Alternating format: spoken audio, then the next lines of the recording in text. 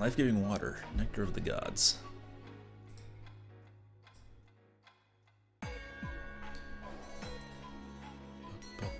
Alright, looks like everything is good to go. How am I controlling? Controlling good, because apparently I could walk into the store totally fine.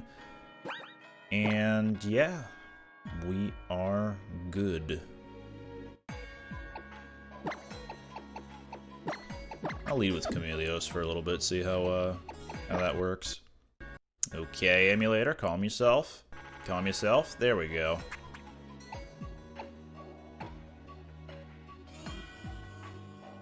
Oh yeah, I guess that is basically physical, what am I thinking of? Ring out. One last gym? Yep.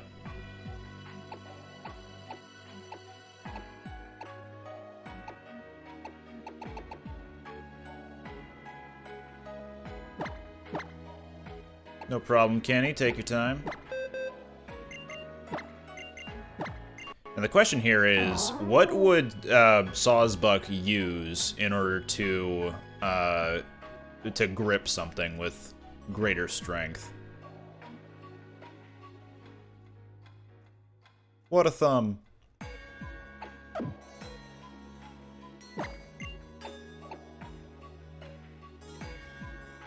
What moves did... No, not him. What moves did Kecleon know? It's been a while.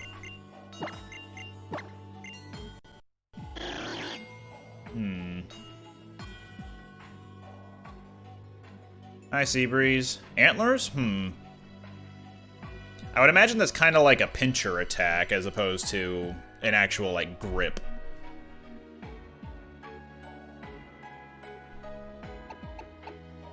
Alright, I'm actually thinking of getting rid of Light of Ruin because, as powerful as it is, Kecleon's not a special attacker. So, it might work. Who knows? How am I doing? I am doing alright. How about all of you guys? How are you all doing?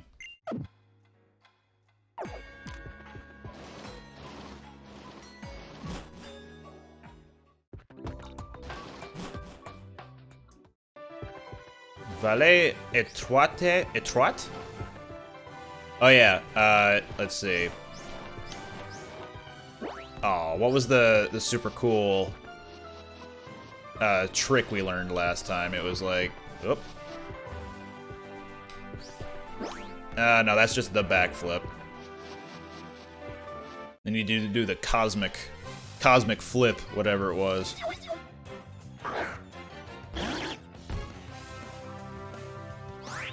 I mean, I could fly, but I am faster than a Snover, so. There we go. Cosmic flip. Alright, and now that I'm done with that.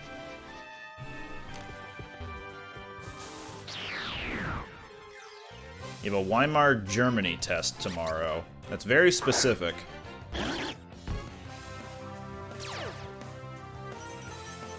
Bobo is the same guy. Okay, cool. It definitely did sound like him in the moment, so now that we know that it is the guy, that makes a lot of sense.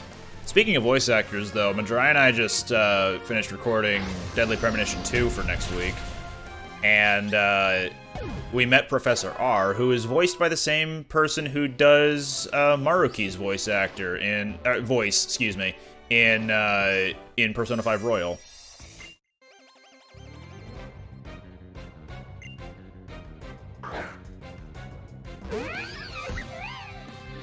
Internet Mega died? Appropriate considering this is Generation 6. Sorry, I felt like timing that in time with the zoom in on Kecleon.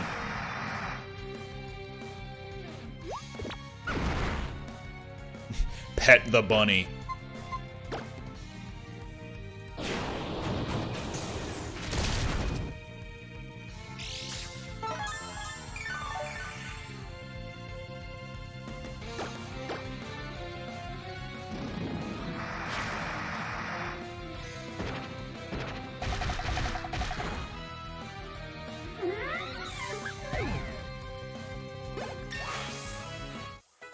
If only I had a priority move on Chameleos, then it would be worth having Crush Grip on.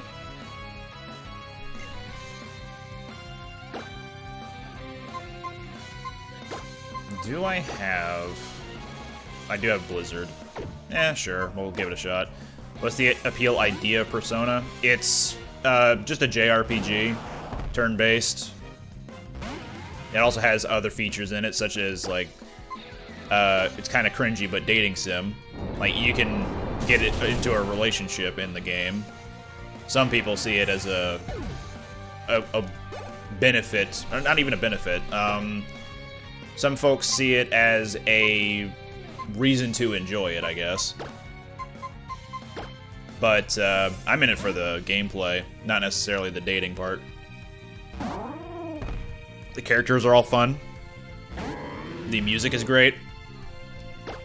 It's very stylized, I'll give it that. Like, if you're big into style when it comes to your video games, Persona 5 has that in spades.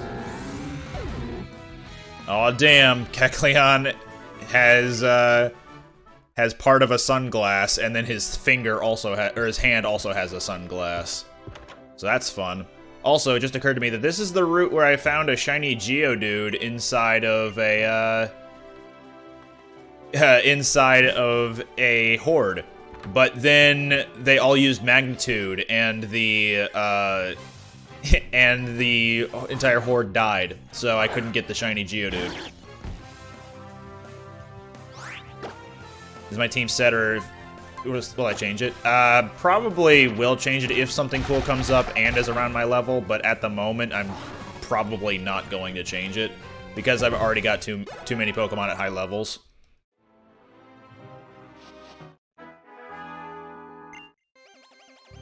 Also, I'm not too keen on going into that cave or mine or what have you, because A, Zygarde's down there and he's only available in post-game, and B, I'm pretty close to the next town, so... Pet the kitty! Good kitty. Aggressive pet.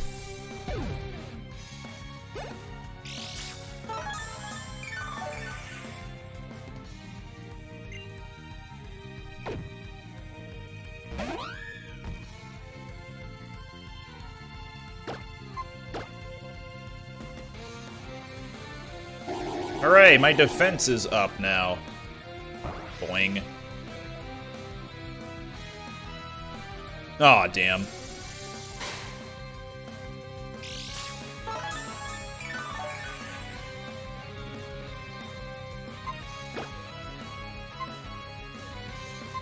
I've got fire moves, but... Oh, and I've got a poison move. Perfect.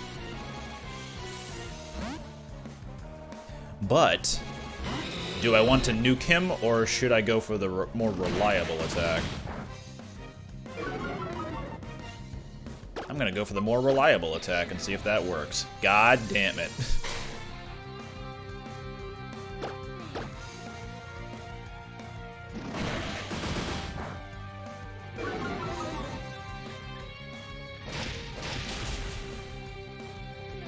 There we go. Much better. Regular old Kecleon, and then the reverse Kecleon. Two buddies, just hanging out, being guys.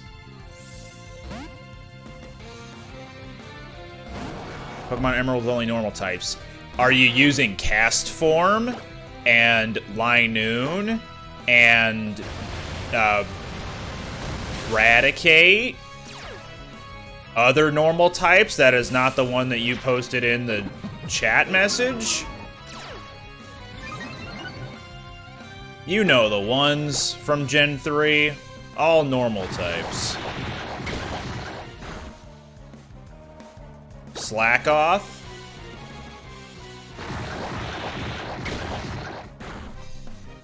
Boy! That's annoying.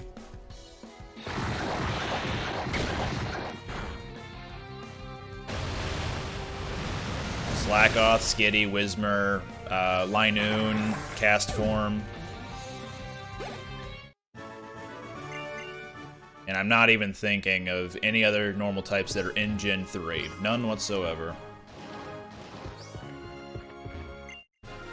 Banetite. I do like Mega Bayonet. Ah, yeah, Talo, because normal flying types are pretty much the exclusive for most flying types. Hey, we got a horde. Come on, shiny. None shinies, but there's a cool Pokemon in there somewhere, and it's Primeape. I'm gonna try to run. Oh, damn you, Shinx.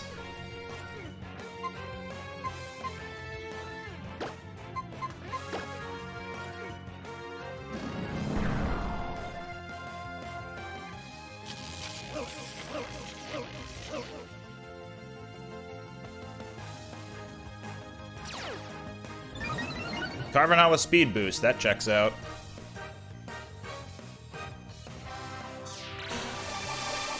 Magic coat.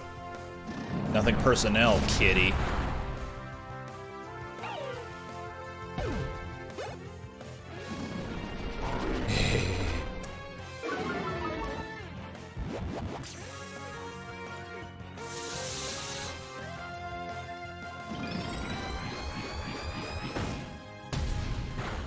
Isn't that just the flash cannon animation, just slightly altered?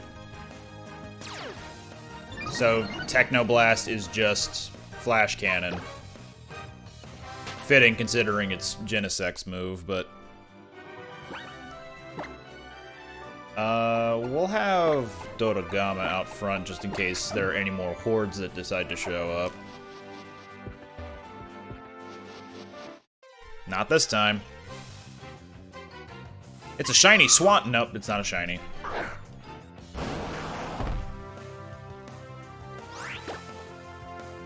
Yeah, not doing anything there.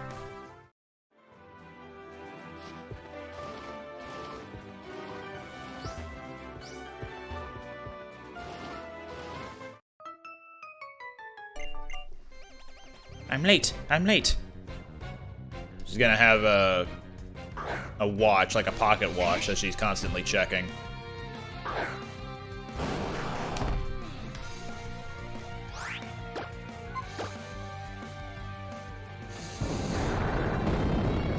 Normal types are fun to use, because they're very versatile. They only have one weakness, they resist Ghost. They can learn a lot of things. They tend to be very strong.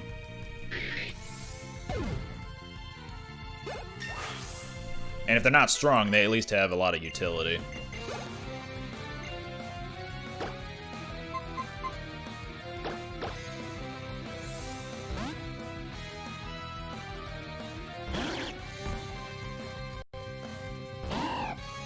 Time to pet the Loach. Pet that ugly thing.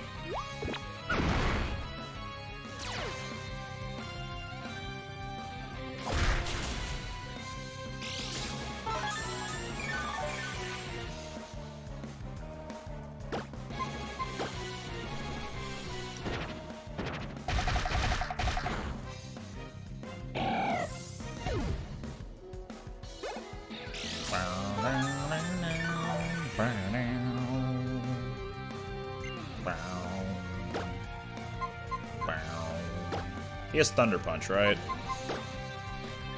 I was caught in the middle of a railroad track. You're Scout? I thought you were definitely not Nova, which that checks out. If you are a Scout, you're definitely not Nova.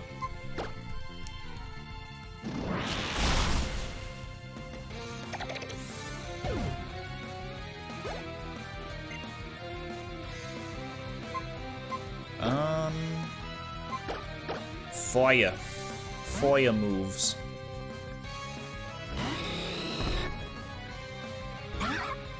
That explains everything. That you are, in fact, not Nova. That does explain everything.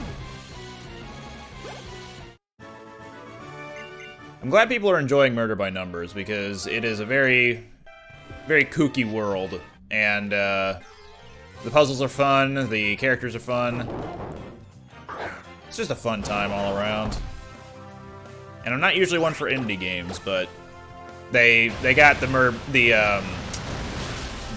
Phoenix Wright / Beautiful Joe composer, so how can I not love that?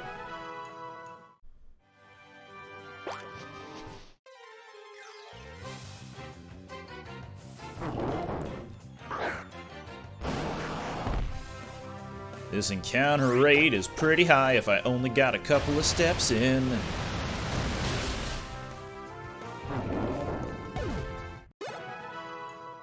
Man, that experience gain is not a lot.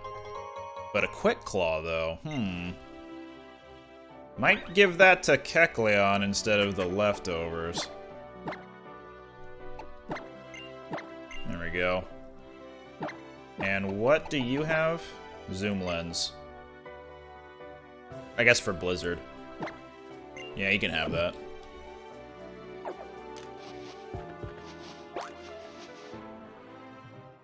Can we all agree that KC is probably the best character in the game? And if we can't agree, can we at least agree that Scout's pretty damn good?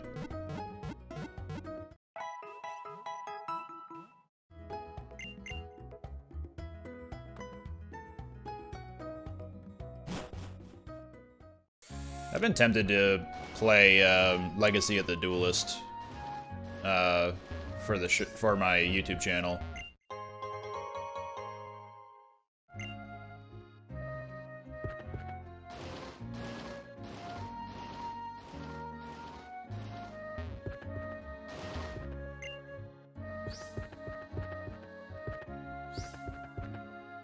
Hello, hello, hello. Boo! Look, I thought Lysander was a great man. I still do. I yearn for him. I was wrong. By the way, I'm battling you now. Ace Trainer Jessica! Oh man, Professor Jessica. Jessica Sycamore.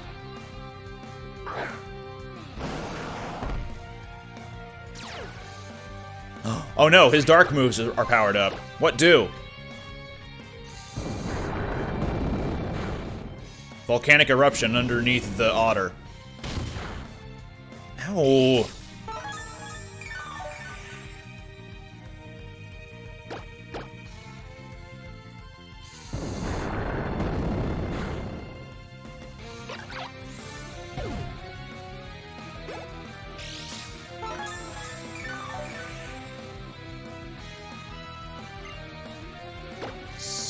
Chino.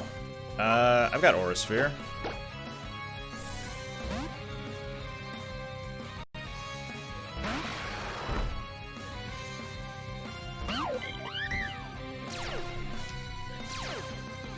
Haha!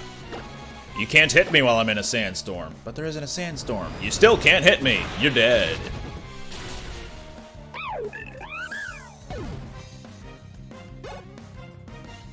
Clefable. We got Gunk Shot.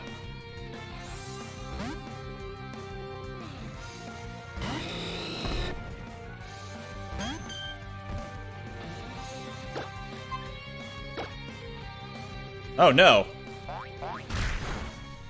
Less oh no. More like oh.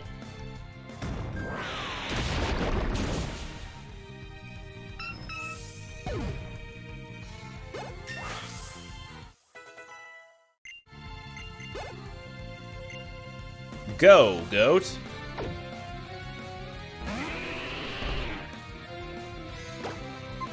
For a while I thought Go-Goat was normal in grass, but he's pure grass.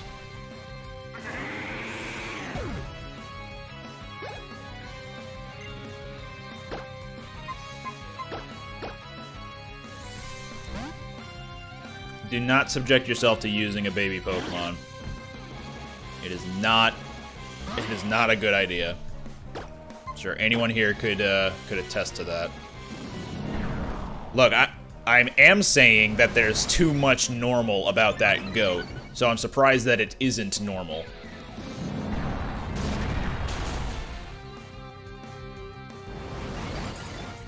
Oh boy.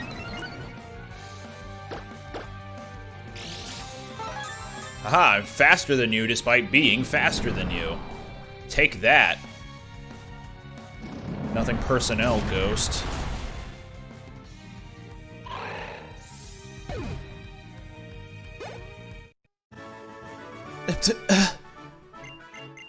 Should you stomp that baby? Yes. Why is that even a question? Oh wow, 2 messages in a row about how they are tuning in to the stream for the first time. Thank you both for showing up. And I'm glad you've been enjoying it. It was Finnegan? No, it wasn't Finnegan. Sure. Well. Okay. Yes. Sure. Yay, I got fire. Ah, Christmas Kappa. It's still way too early in the year for that.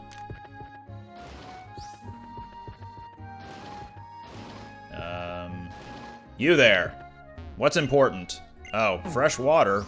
Oh boy. You know what? That's my preferred way of saying that you're tuning into something for the first time, when it's your nth time and that's your first time tuning in for the nth time. It's kind of weird whenever someone is able to tune in for the 7th time for the 2nd time on the same person's, like, content. I'm still putting the blame on you for advertising Christmas way too early, Kenny, and not Twitch.tv, the service on which I am streaming, and is also the same service that put that Christmas Kappa up on your list.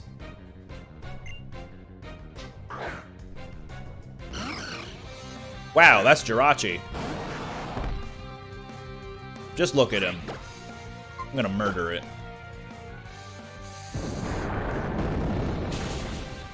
It didn't get murdered immediately.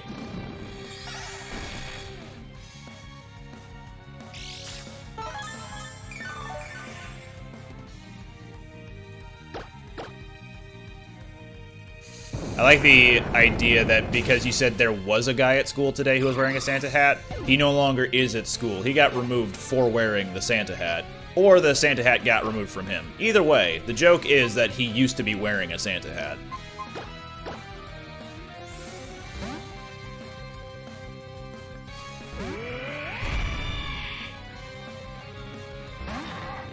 See, there's the mentality of when you come back to a video or a stream on the same day, that just makes it the next time you watch that stream, because or video.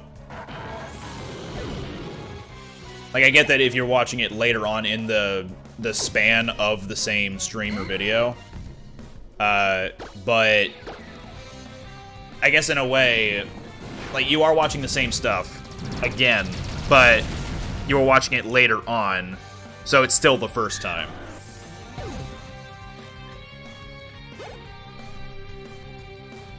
Have I ever played Duelist of the Roses? I have not. I haven't played many Yu-Gi-Oh games. Like, I actually played the card game a little bit growing up, and then from there it was... I played a lot of Yu-Gi-Oh Online, which was... I'm trying to remember the exact name. I think it was Duelist Network, where none of it was automated. You kind of had to know the rules in order to play. And then a little bit later, I tried a different service. I can't remember which one it was. I don't think it was Yu-Gi-Oh! Online. I played a little bit of Dual Transer on the Wii. I have Link Evolution. Like Legacy of the Duelist Link Evolution on Switch. And I know I've played another Yu-Gi-Oh! Game besides that.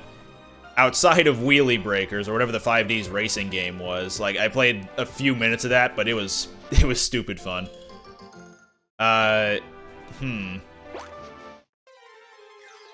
I can't remember what other ones I've played. There's probably one on the PS4 that I played briefly, but I don't remember what it was.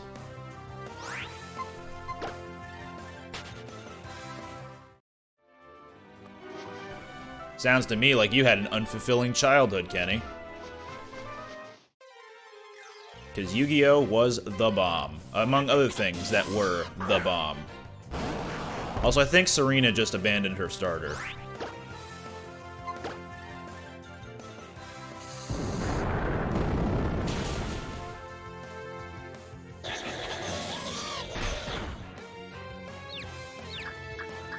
You know, we haven't had a change of scenery in a while, i.e. we haven't had a new team member in a while. And Heliolisk knows Chatter, so that could be fun. Great ball. And I'm banning somebody in chat real quick. There we go.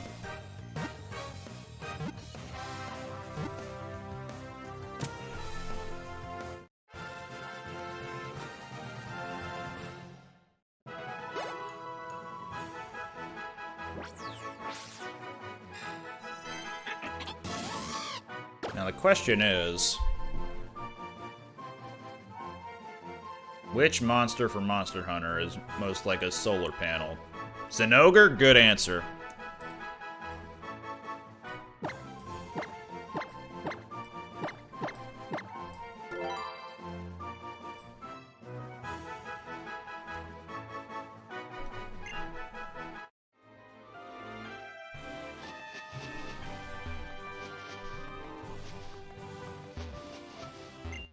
Ooh, King's Rock.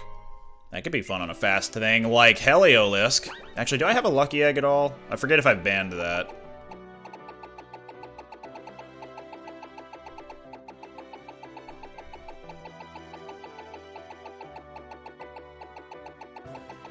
No, but I've got a lot of regular items. Jesus. Okay. Yep. No. None of that. So I'm gonna use Strength to fly myself to the next town. He just hooks me over to the previous town.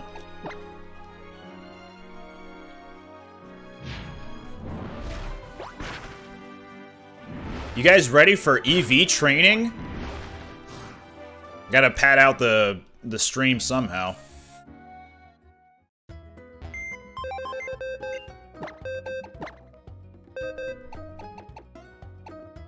Oh yeah, Adamant Drudagon. He's got a snowball! Aw. Do I play Magic the Gathering? I do not. Who will I replace? I was thinking Dodogama because, you know, as cool as he is, as memey as he is, he's just not pulling his own weight. So I'm thinking of depositing him. So in that case, let me... Was this him? Yeah. Properties. And we're gonna go find the Heliolisk image.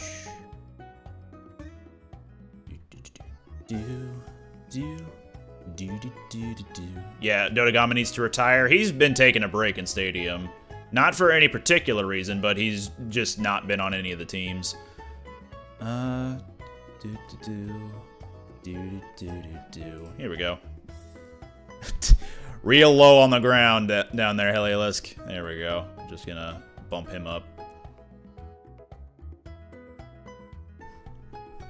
Alrighty.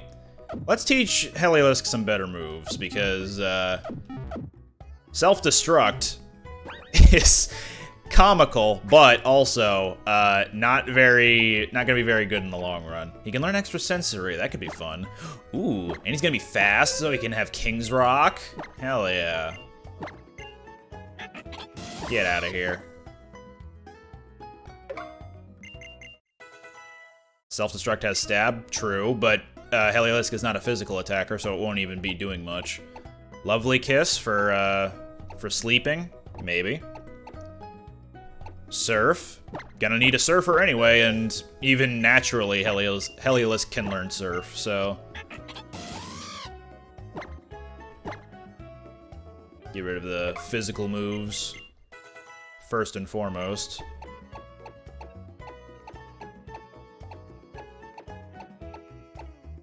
Alright, and that's basically all I really wanted on him. I'm not even sure what type Hidden Power will be, but I guess it will still be better than, what's it called? Fairy Wind.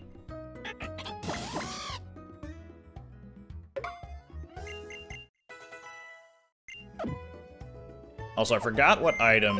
Oh, doi. I should actually just get the leftovers out and bag that. There we go.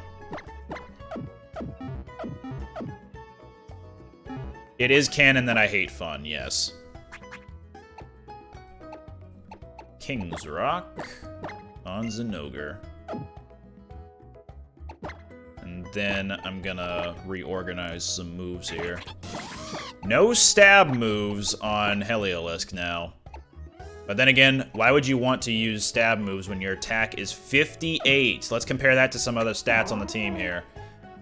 Nothing below 86, nothing below 93, nothing below 87, nothing below 83, nothing below 64, 58. Yep. Okie dokie. Who's ready for super training? I'm gonna need to tab in. There we go. Oh, I cannot repay you $0. I am sorry. Practice against Scatterbug.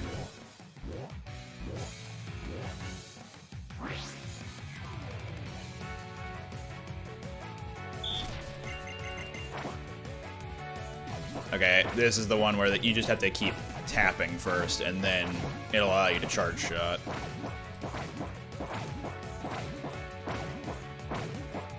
Wow, that was hard.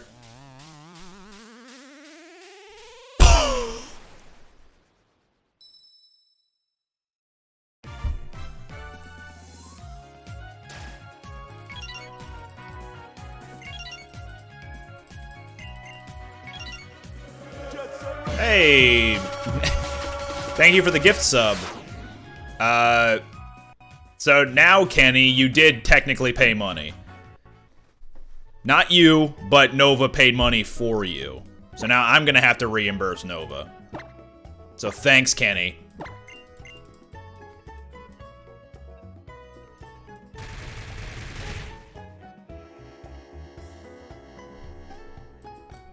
Can Pokemon even move like this? I'm gonna need to get a an EV reset bag eventually if I want to get rid of those defense EVs. So actually, before I do that one, let me...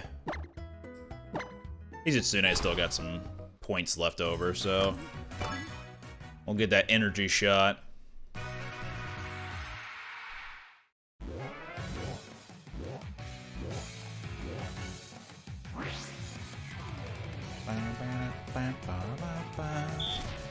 Hey, champ! Done. Because Mizusune already had a lot of EVs going into this. That's why it did so much. Look at that triangle of effort values.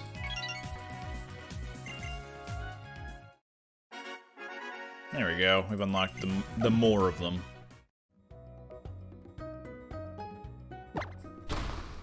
I do not remember what you need to do in order to unlock the next tier of things, so for now I'm just going to do speed special attack with Heliolisk, get the other 4 done with someone else, and then unlock level 2. I think that's what you have to do, is do every one of them, and then eventually it'll unlock more.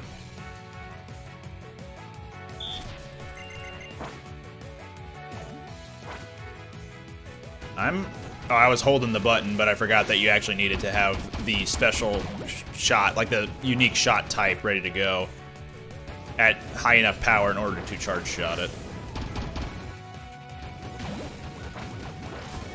There we go.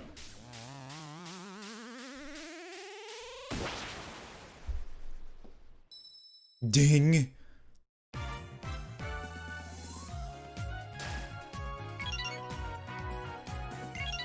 New best time. Amazing! Whoa.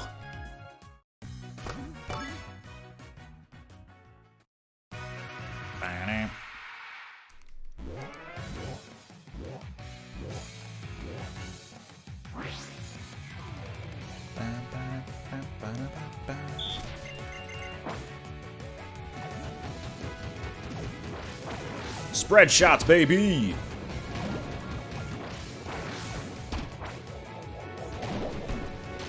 Okay, so it is L. I can't actually push ZL and have it work.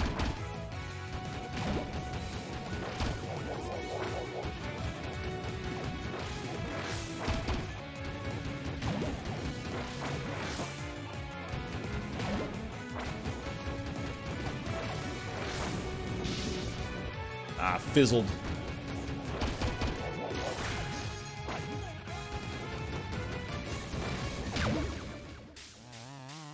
Can't wait until I get to level 2 stuff where they actually, like, pause briefly and you get to shoot them right in the center. The combo ball is definitely a lot easier to work with when it comes to pausing this, and, you know, at that point. Okie dokie. Oh, I did not get an award for that. Oh well. Keep going till your muscles scream for you to stop.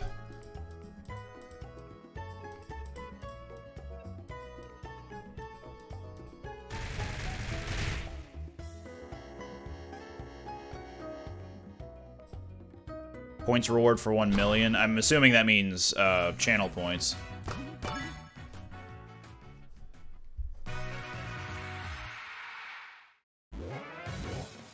I don't even know how many I would normally have on my own channel. I have Infinity, but I don't even talk much in the channels that I do follow, so...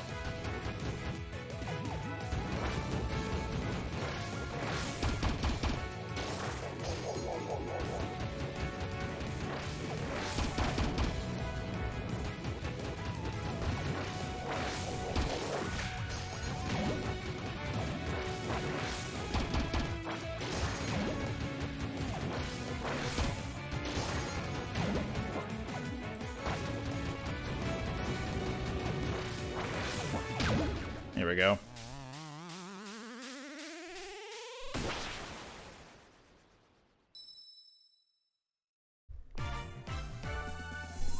I forget who the tier 2 speed balloon is.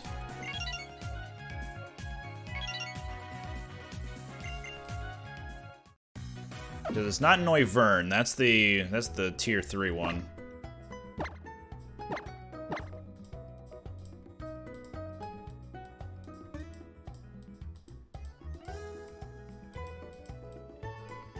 Unless it's someone else's tier 3 and I'm just not remembering. Bodied. See, I thought it was Golbat at first too, but then I thought again, I was like, maybe not.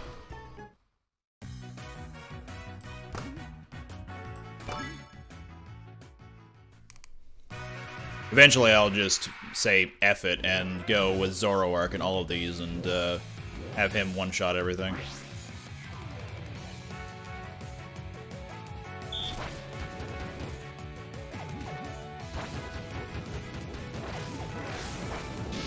Ah, fizzled.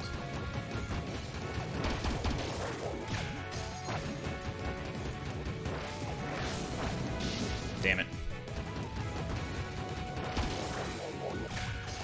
I thought... There we go. Pfft. Missed completely.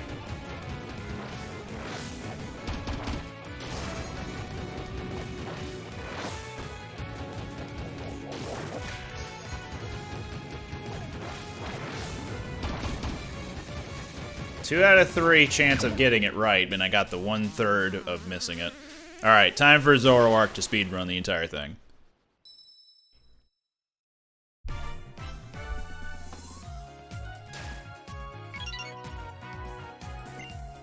Ew. S-bag, because that's only +1 to effort values. It's lame, really. Oh, you know what? Great Macau has a lot to go, so he'll be able to speed through all these.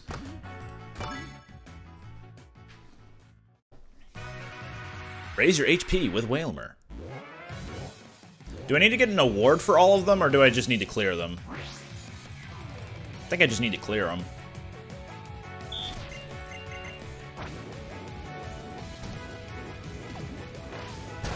And done? Yeah. Oh, getting a reward, so... Oh. I guess getting an award also means you get a reward.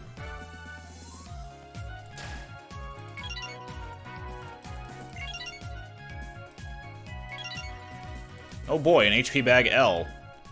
Which is good, I just don't know if I'll use it on the one I'm trying to actually effort value train right now.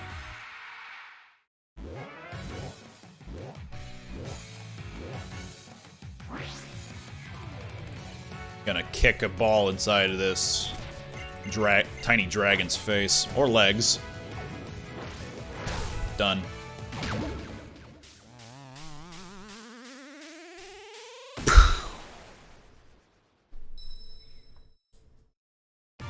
Hello, Leo. How you doing?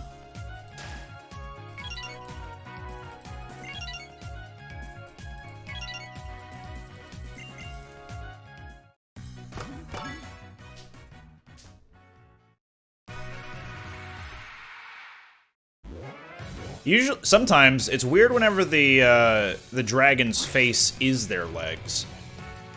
I haven't seen many instances of it happening, but I know that it has happened in some capacity. Damn you.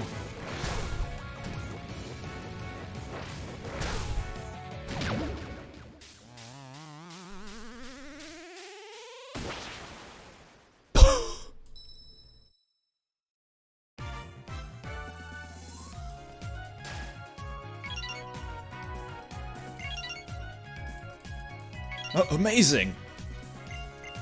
I feel like for the longest time I didn't realize that the special defense bag was Florges.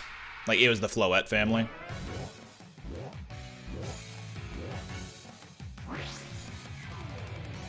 I say Floette as if it's the one that people will identify most, but in reality it's Flabébé.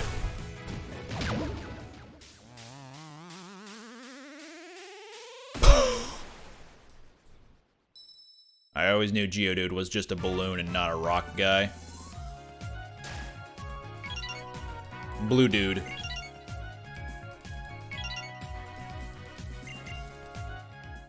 There we go. Okay, so I just had to do them all. Aerodactyl is tier 2, and Noivern is tier 3. That makes sense. Alright, let me get rid of some of these. Never gonna use it, never gonna use it, never gonna use it, never gonna use it. No, never gonna use it, never gonna use it.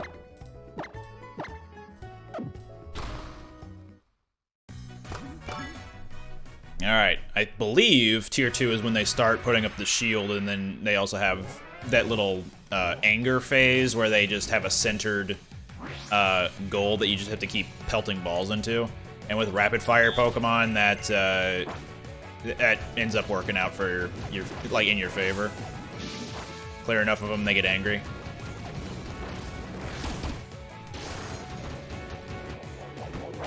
There we go. Poor timing on my part, but the sentiment's still there.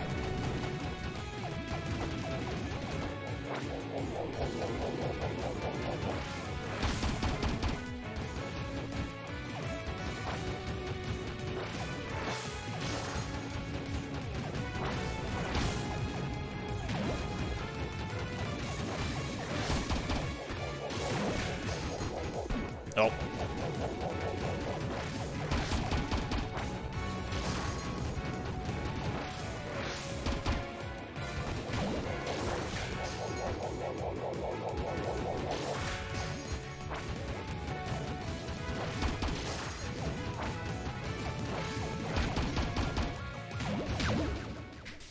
Could have been better.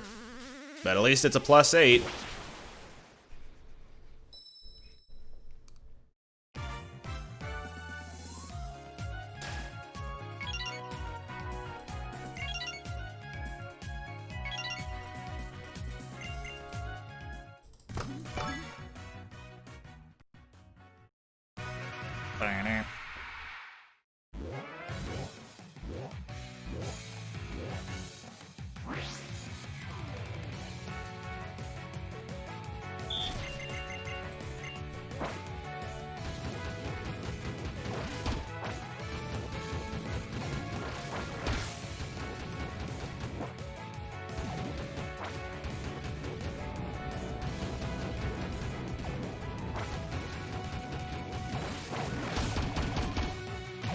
The speed ones are the hardest because they always have guys who have flappy wings.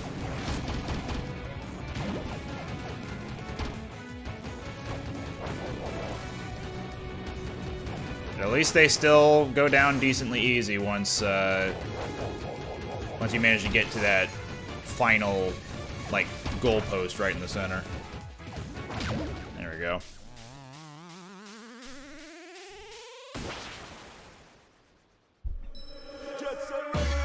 Thanks for the resub. Hurricane didn't do much damage to me. It's actually still hurricane season. There's one on the way. I think it's Hurricane Ada.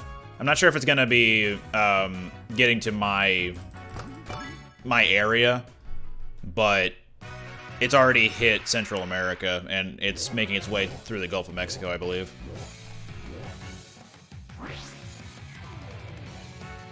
But the last I heard of it was a few days ago, so I have not been keeping up with it.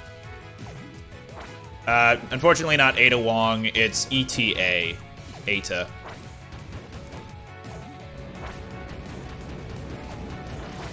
Oh, I thought I was gonna go for the center one.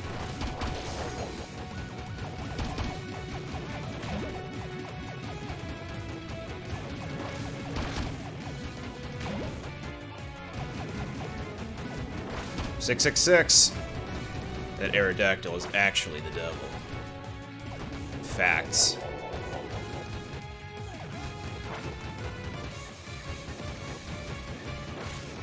Damn you, goalpost. Missed it. Alright, well, that reset everything. Man.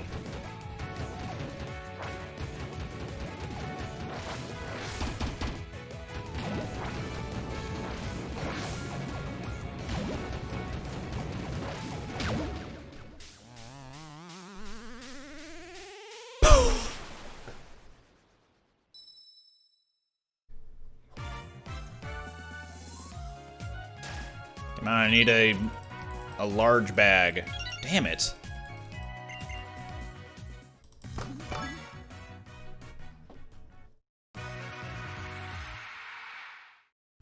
It's a lot more intuitive when you're actually using a regular 3DS rather than clicking on an emulator screen.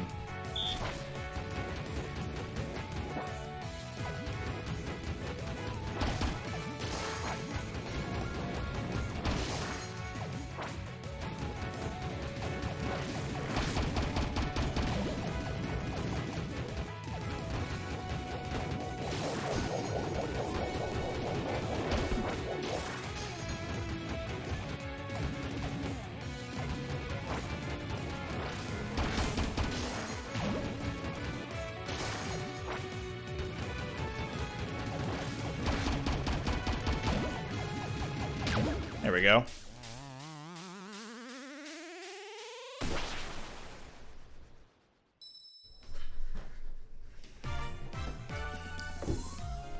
I don't know why they took out Super Training, but it was definitely way more convenient to effort value train, just in general, in Gen 6 as a result. Gen 7, it was a nightmare for me. It went back to traditional methods. And then in Gen 8, you just got a lot of money no matter what you did, so it was... You could buy a lot of vitamins and EV train that way.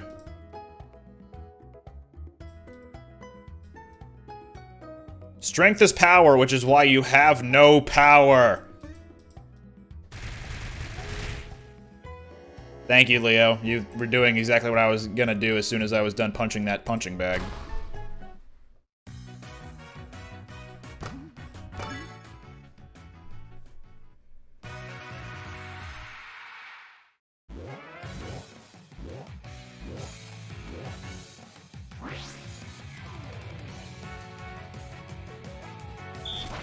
In any event, thank you, Treebird Games, for tuning in. I'm glad you've been enjoying things.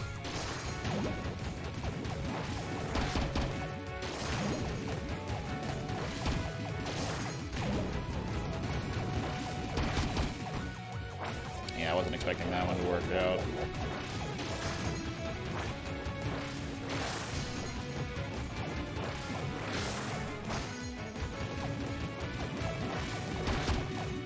We got the shield cancels during that one. Turns out if you shield while you're charging up your shot, then you cancel the charge and you don't fizzle out.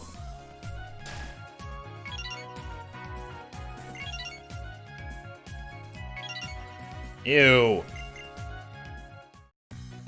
Special attack bag S. Blech. Only by 1 EV each time. Blech. Ugh. Gross.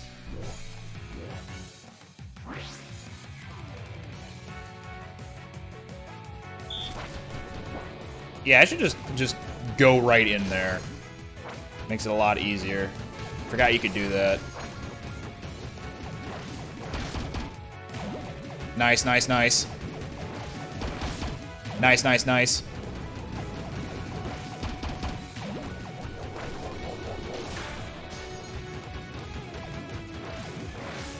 Alright, he's not ready yet.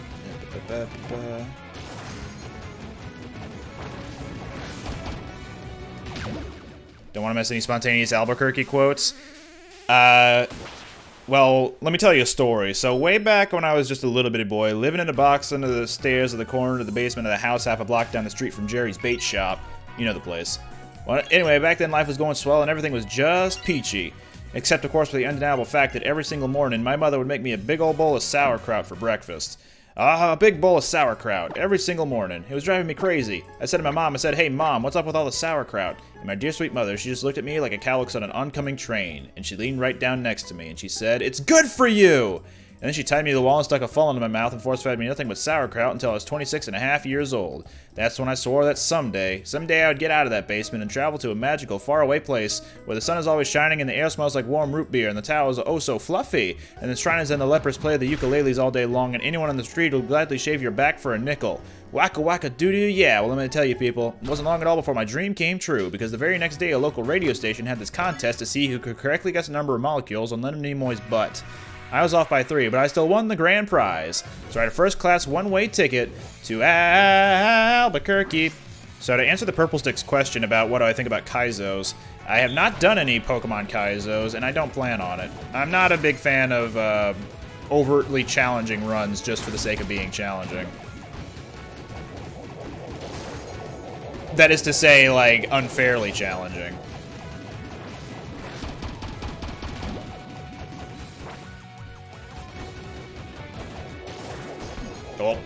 Oh, bodies.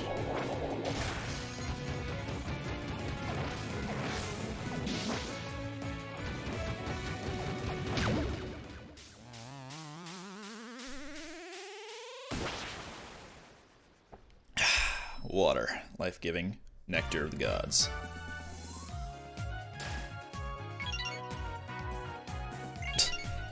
Just upload this whole stream VOD and say, title it exactly that. Albuquerque speedrun world record, what a thumb. No clickbait, what a thumb.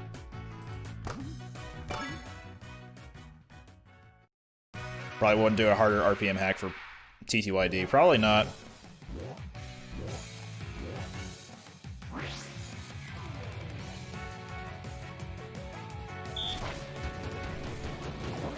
Yeah, I'm not big into challenge runs, like, at all. That's why when it comes to challenge videos, such as Madry's challenge videos, I don't actually watch them. I'm privy to the jokes from the videos because Madry promotes my stuff, like the Randomizer series, during them. And then viewers will trickle in and start saying stuff like, here's a comment for the YouTube algorithm. But I don't watch the videos. They're his joke. I don't really have any opinion on the joke. It's not that funny for me. I've been over this before, but I would just prefer if people watched the video and made, like, remarks about the video rather than something else entirely. And yes, Nova, I do in fact mean the word what a thumb, Albuquerque speedrun world record, the word what a thumb, no clickbait, the word what a thumb.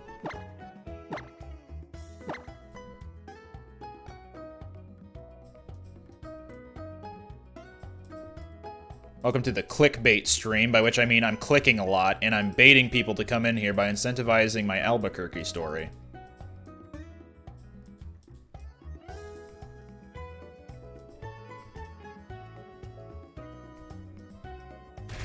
Can Pokemon even move like this? This one can.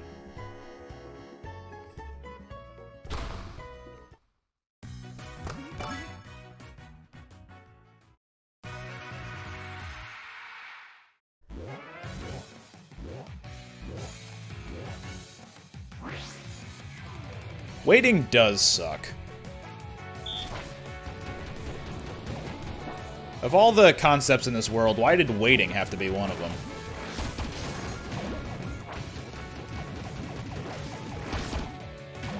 ASMH my head is my favorite use of the acronym, even though I'm not really a big fan of the acronym to begin with.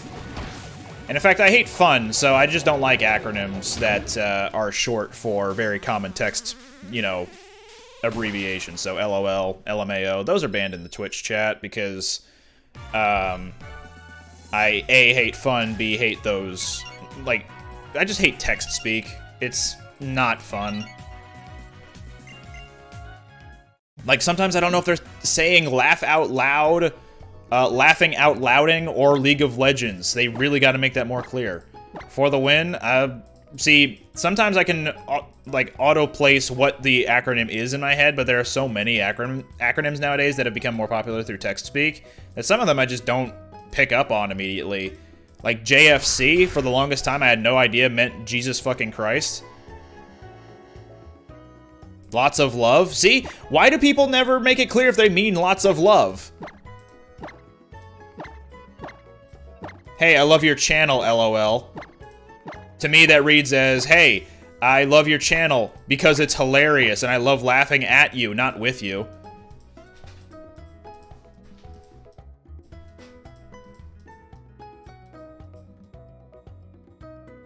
In this stream, LOL will be lots of love. See, I won't know that if there is a new person coming in and telling me, hey, I love your stream, LOL. But if it's a returning person saying LOL, you know what? Just spell it as this. LOL. That's how I know for sure that you are a returning person and meaning lots of love and not laugh out loud, League of Legends, left out for lunch. I don't know.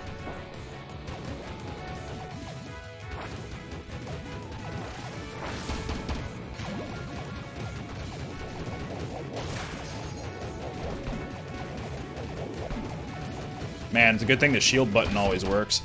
I mean, there's a cooldown on it, so it's kind of my fault for not doing it right. There we go. Leaning on Lenin, that's another good one. Loss of life, that's a dark one, but that's another appropriate, like, acronym to... It's appropriate to use LOL for that, albeit dark. I'm glad you guys are giving me lots of love, so thank you.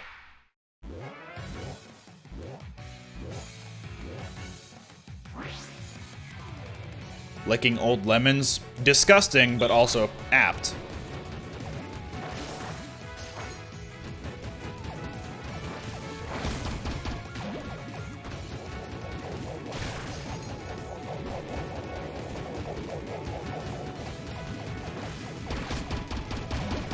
Hey, there we go. Locking old Lennon.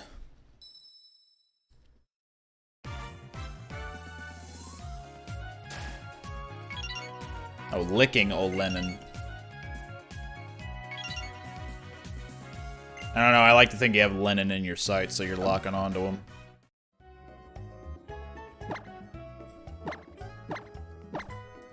Don't stop now, keep going till your muscles scream for you to stop. Lounging on Labor Day. See, some people would like to believe that the correct acronym for that one is LLD. Yeah, should we ask Booghu about what LOL is? Maybe they'll have a good answer.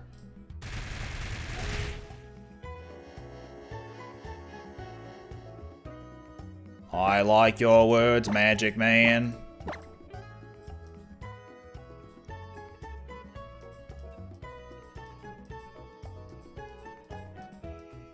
Do do do do do do do do.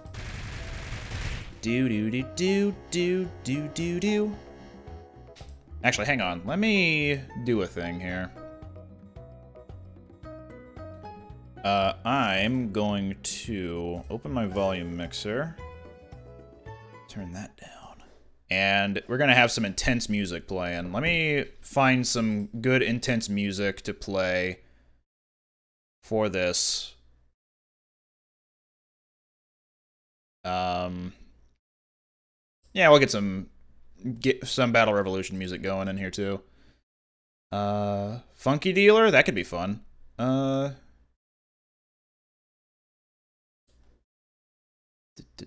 Forest Fire, sure.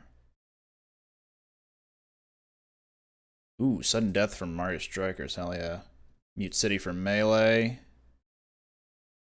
Bingo Party, Ice Mountain. Theme of Vegeta, hell yeah. I'm My Own Master Now instrumental. I'm not sure if that'll get caught by Twitch, so I'm gonna leave that alone. There's a bunch of metal Monster Hunter remixes, but I think it's official, like, licensed music, so I'm not sure if that's allowed. Life Will Change is definitely gonna get flagged, so no. Special Stage from Sonic Mania, hell yeah. Butterfly Spy.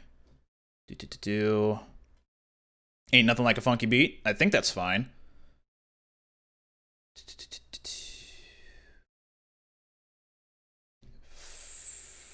Border 70, sure. Just a lot of Naganuma. Sonic Speed Riders. That's one of my go-to hype songs. For the Glory for Mute City. For actual F-Zero GX. Ooh. Streets of Rage remix. That's another good one.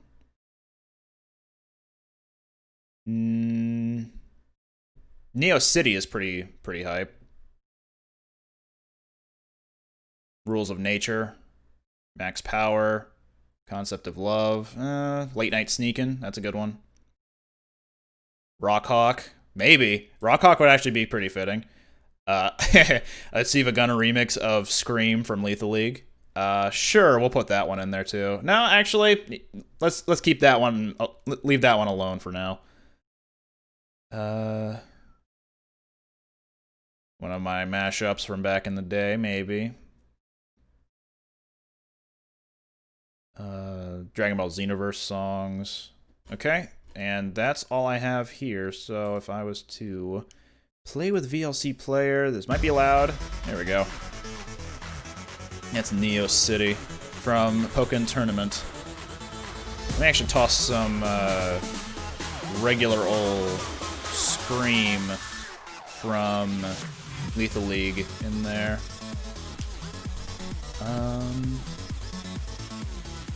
Ooh, Ordinary Days is not much, like, for intense, but it's definitely a bop, so I'll put that in there too.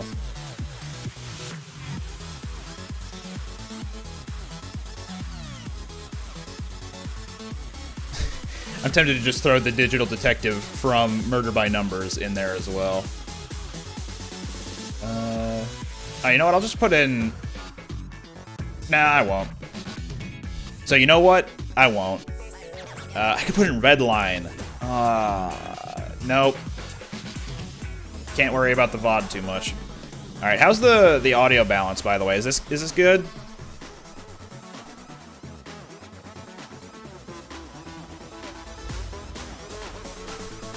All right, let's get back to the intense super training. Blaziken, let's work out the rest of these so we can get the next tier of special attack and speed. Just loud enough? Alright. I can bump it down 10% apparently.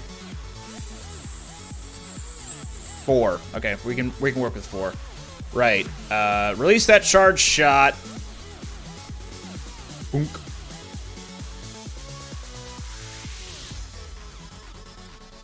There's some times where you can release a charged shot and it actually gets 2 of the available nets if you place it just well enough.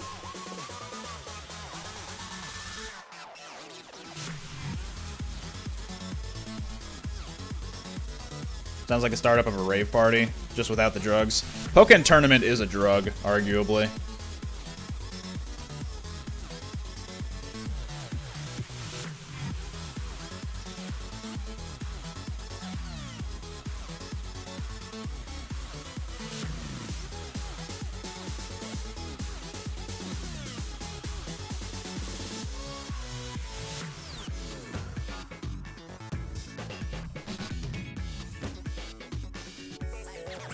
I was not expecting that one to actually be a charge shot, but okay.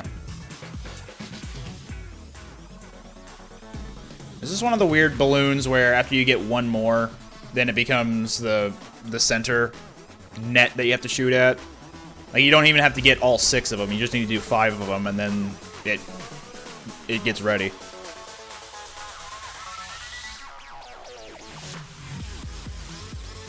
Relicanth's pretty cool, yeah. I can agree to that. Hello, Joao. How you doing?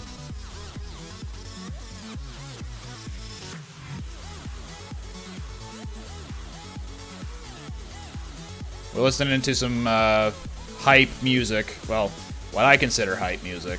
While we train our Pokemon for effort values. Oh no, balloons! The audacity.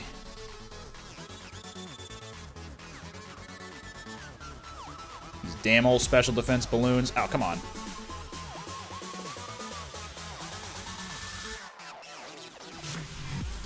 Finding me, I am doing well. Well enough, I suppose. I don't follow competitive, so I do not know anything about Smogon tiers. Thanks for showing up, Nova, and thank you again for the gift sub. Oh, I'm sorry, you're not Nova. I figured the automatic, you know, shortening of your name would be Nova. But the next question is it definitely not? Or is it not? Or is it underscore? Knocking down the house. Where's the weak point? There we go.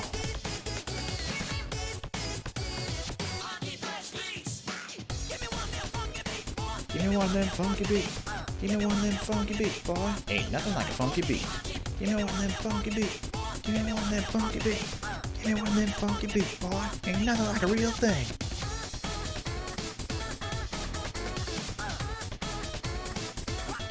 Smogon tier is, Smogon is, I think, a community thing for Pokemon competitive.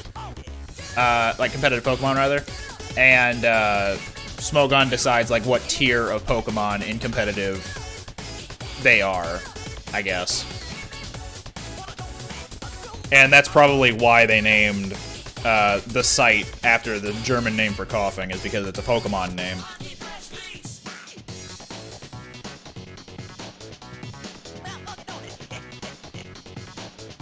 Okay, so if Relicanth is PU and ZU, which implies to me that it is the lowest tier of all tiers, because I think even RU is right above those.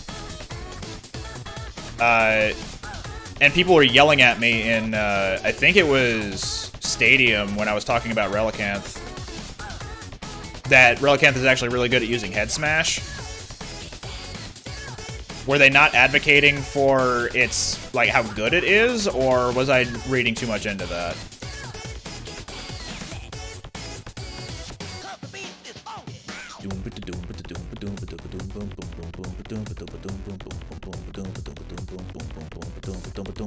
Hello, Depresso. Give me funky fresh beats, funky fresh beats. Do this training to max your IVs. It's EVs, but yeah. IVs is a different thing. It's just a mini game you can do over and over to get your Pokemon as strong as possible, and I enjoy doing it. There are much quicker ways, like buying a bunch of calciums and carbos and all that, but I do really like the super training mode, because it gives you something to do other than the typical Pokemon battling thing. It's like how max raid battles give you a lot of candies for like leveling up purposes, when they don't normally give you any experience rather. So I've been doing like tons of raid battles in Sword ever since the game came out, and I've gotten so many experience candies by playing that way. So it's just been, okay, do a lot of raid battles, and now I can level my Pokemon up to level 100 very easily.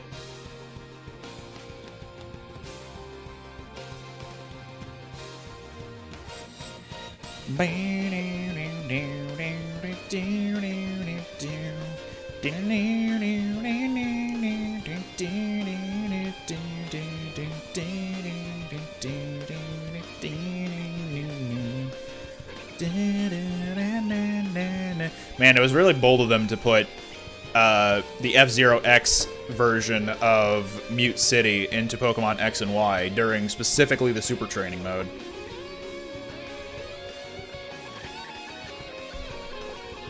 Oh, hell yeah, double up bag.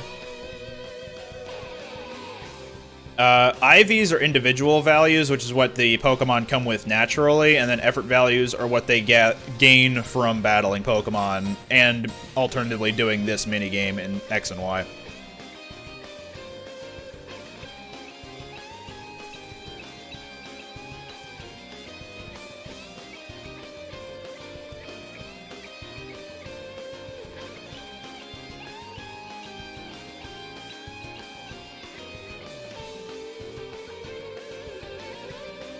Can't believe Heliolisk is actually Captain Falcon.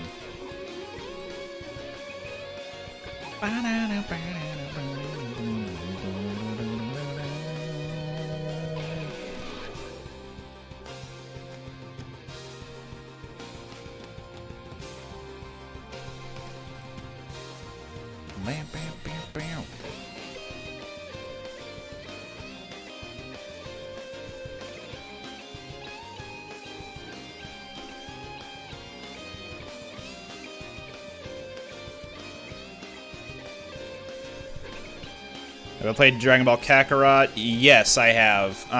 It was good for a while, but then eventually it started playing... it was very...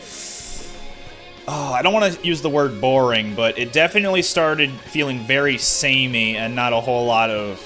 I don't know. It felt like you really needed to grind in order to do some of the side stuff, namely those super bosses that kept showing up at the end of each chapter. But there was no good way of leveling up outside of just doing the story missions, because every time you did a story mission in Kakarot, you just leveled up immediately. And maybe I haven't explored the game enough, but that seems to be the only good way of leveling up in that game. Because there's no way you can do fights over and over and expect to level up any way quickly, when you can just do a story mode mission and you level up immediately. And there are only so many story missions in the entire game. Come on. There we go.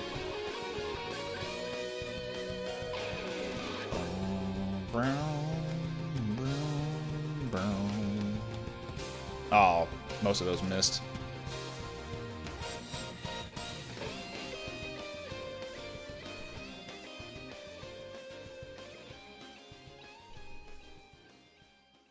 Fades out as soon as Magnezone fades out. Oh, it just decided to replay again. Cool.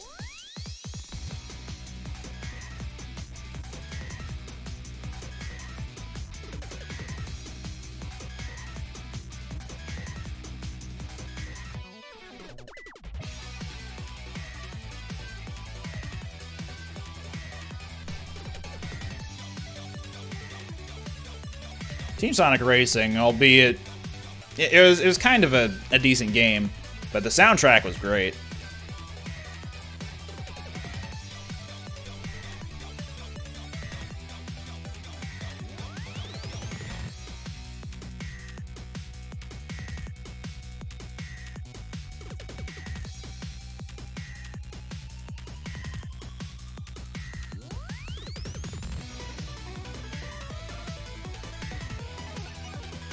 I am not hitting any of these.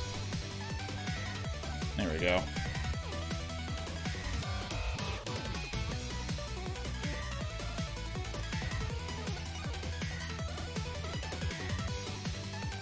Nope. Aiming a little high there.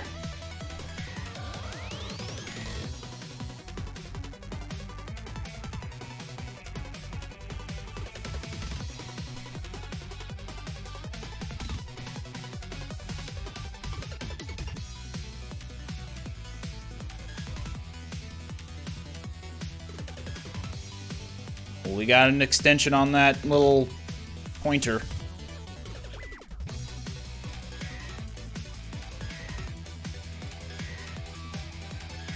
Hey, just by punching the bag, we get another special attack bag.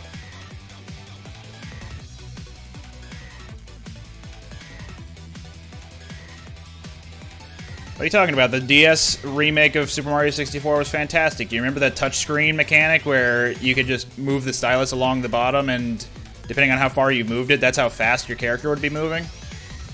Remember how useful that was? Remember how everybody used it? Remember how usable it was?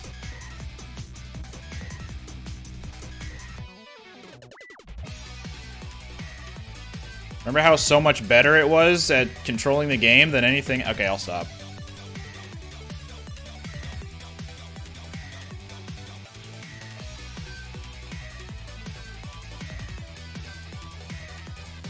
I'm trying to click in rhythm to the music, but that's just not how... The Pokemon cannot move that fast, so... Gonna go ahead and... Gonna go ahead and again even. And there we go. Alright, let's do some Noivern. Not gonna max out special attack at this point, but I say at this point. I figure a whole stream of super training is not going to be particularly enjoyable for people, so might as well cut it off at some point. And the other effort values I can get are just gonna be totally fine.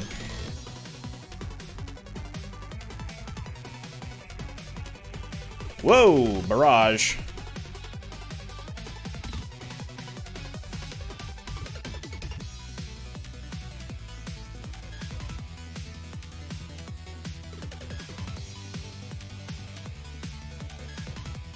Someone did a stream of only Voltorb flip? Man.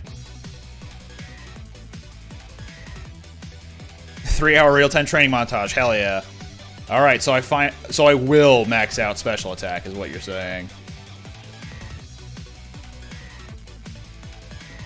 Back to Magnezone, baby.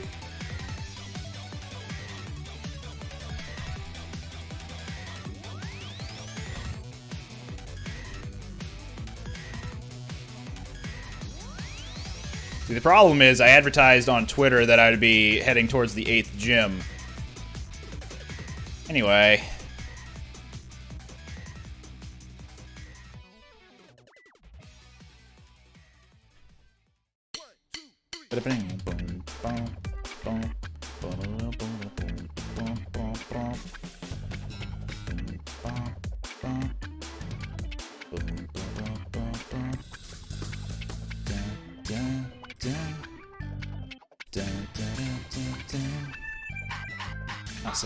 I said it again. I said it before and I say it again. Don't understand what's going on here.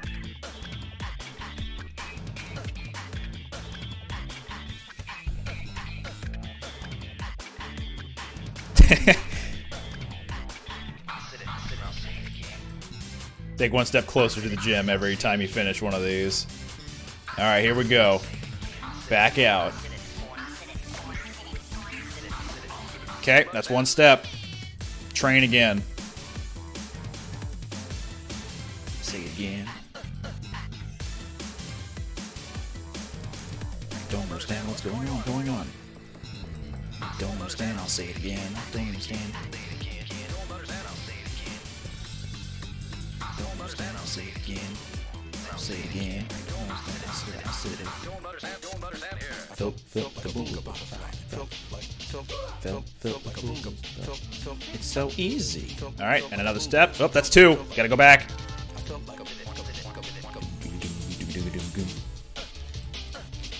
Oh wait, did I max out on special attack bags? That was a large one, then it only gave me +4.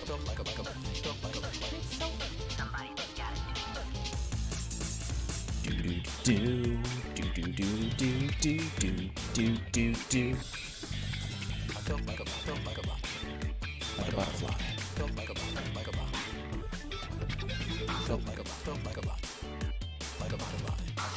I'll say it again. I'll say it again.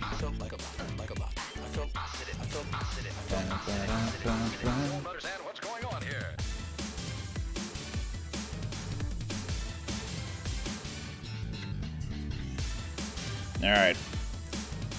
So if I did max my special attack, that was pointless, but maybe I'll get a special attack bag S. So, you know what? Not a problem. Oh, I got an L, okay. Slap, bass, go.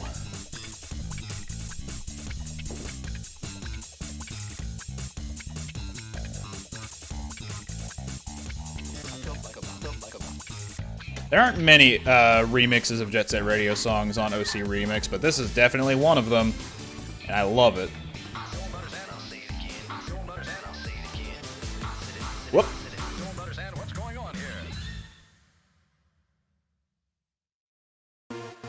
Hell yeah, more OC Remix.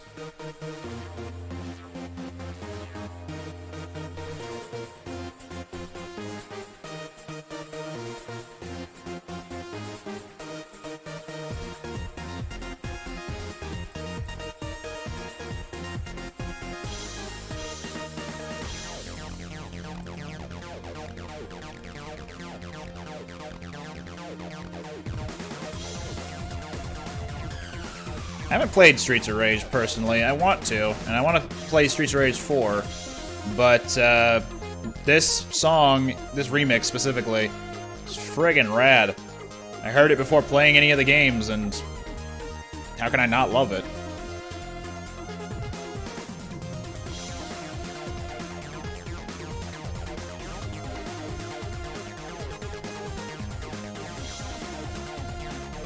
What is Jet Set Radio? One of my favorite game series. It's a game where you skate around on roller skates, you graffiti everything in your path, and you just jam out to awesome beats. Tony Hawk but funky and roller skating. That's very accurate as to what Jet Set Radio is.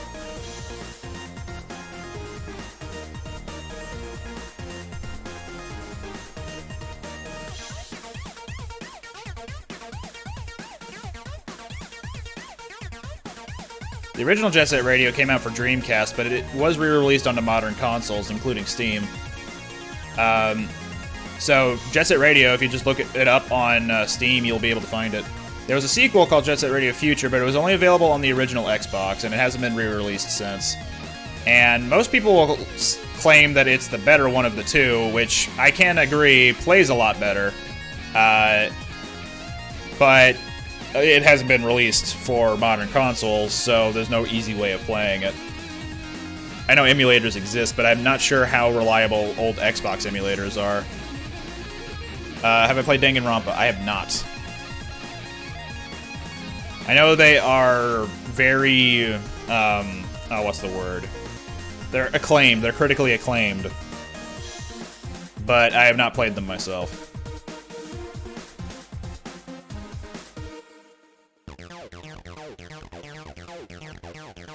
But I have played Phoenix Wright, and I have played Murder by Numbers, and they, also being visual novels to some degree, they being Murder by Numbers, and Phoenix Wright, I guess, have great OSTs as well.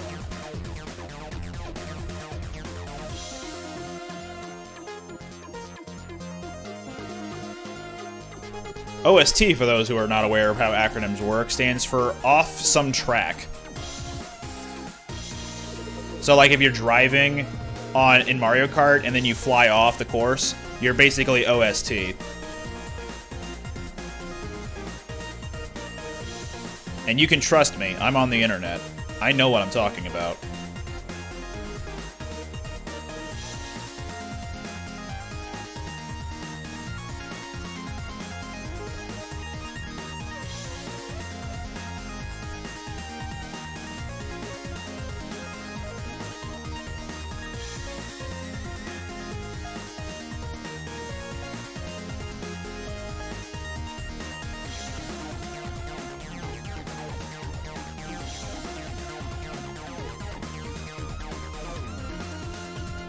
Yeah, Pursuit.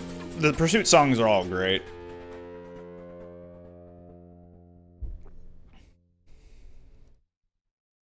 Okay, so Borderlands 3, it's very fun with the right, like, circumstances. I wouldn't say it's as good as Borderlands 2 overall, but I still enjoyed my time with Borderlands 3. However, I will agree that the story is rubbish. So, I didn't want to attribute it to being like the pre-sequel in that capacity, because I did not enjoy the pre-sequel at all.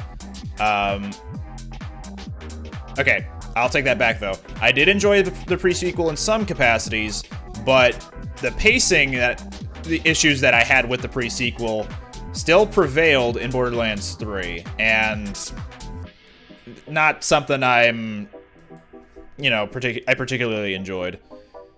And now that the second season pass for Borderlands 3 is out and they added a new skill tree for each character, I'm like, well, that's universal gameplay changes, so maybe, but I'm not too comfortable with spending so much money on the season pass when we don't even know what the rest of the pass will entail. And if it's just going to be gameplay changes that I'm not particularly sure I'm going to enjoy. Like, okay, so I played for the Borderlands 3 with Zane initially. I had a couple of other characters as backups, but I mostly played Zane, so I really enjoyed, at the end of it, running Barrier and Digiclone, because the Barrier tree allows you to recharge your action skills immediately after freezing somebody, and if it has a bunch of skills that pertain to freezing people. From what I understand, the fourth skill tree for Zane will add more cryo abilities, but I'm not sure if I want to sink $30, was it? On the whole skill tree. And I don't even know if I'd want to play more of Amara yet, or I guess I played a little bit of Flak. But there isn't even a fifth character yet. I say yet as if there is going to be one. I don't even know if there will be one. When will this be up on YouTube? Eventually. I don't have a good answer yet. Because I'm going to be unavailable for a week. Starting tomorrow. So the soonest I'd be able to upload this VOD would be Wednesday next week.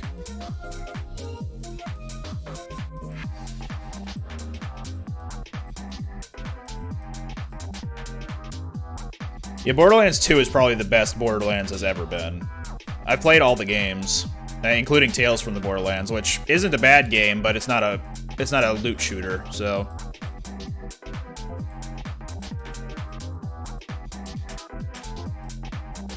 Actually, I'm going to put a pin on that real quick. Wasn't there a spin-off game other than Tales from the Borderlands, like a card game or something? Or am I thinking of some other franchise entirely?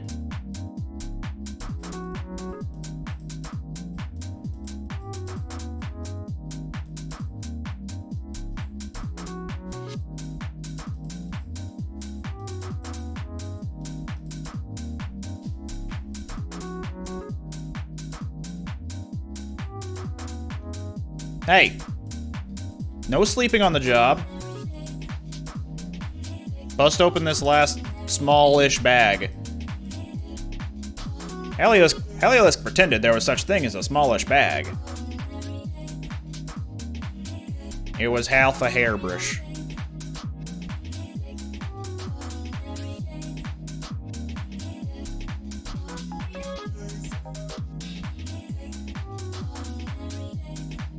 Jam into some ordinary days. That was not a card game? Okay, so it must have been an entirely different series. Hell, maybe I'm thinking of Xenoverse, which was a game that I initially liked, but then grew to dislike. Because Xenoverse, like, as neat as the aesthetic of create your character is, it tried to be a bit too ambitious with what it was trying to go for, and I'm still not sure what they were trying to go for. Like, were they trying to go for Dragon Ball the MMO, or were they going for an action RPG? Were they going for a fighting game? It seemed like a lot of ideas were coming together and clashing. And then they added an actual, like, little figurine battle mode to the game. So there's still a lot going for it, and I don't know, people will swear by Xenoverse 2 being one of the best Dragon Ball games. I don't see it anymore.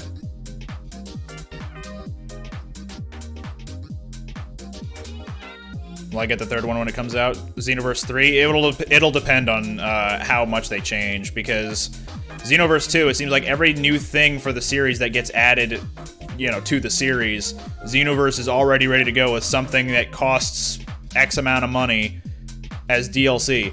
I need to look back at the store page real quick on Steam to see just how much the total amount of money is required to get all of the DLC for the game as of this moment. Let me see here. Dragon Ball Xenoverse 2 store page.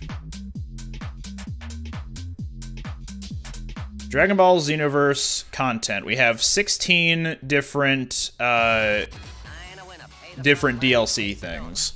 We've got stuff like the Extra Pass, the Super Pass, the Ultra Pack Set, the Ultra Pack 1, Extra DLC Pack 4, Extra DLC Pack 3, Extra DLC Pack 2, Extra DLC Pack 1, Super Pack 4, Super Pack 3, Super Pack 2, Super Pack 1, Pre-Order Bonus, Anime Music Pack 1, Anime Music Pack 2, and Ultra Pack 2. Let me go ahead and pull up my calculator. So, in order, we've got 30 plus 30 plus 15 plus 8 plus 8. Oop. Yeah, plus 8. Plus 8 again, that's the third 8. Plus 10. Plus 10. Plus another 8. Plus second 8 of this set. Plus third 8. Plus fourth 8. Plus 5. Plus 15. Plus 15. Plus another 8. So in total, the DLC for Dragon Ball Xenoverse 2 equates to $194 roughly. And the base game is $50.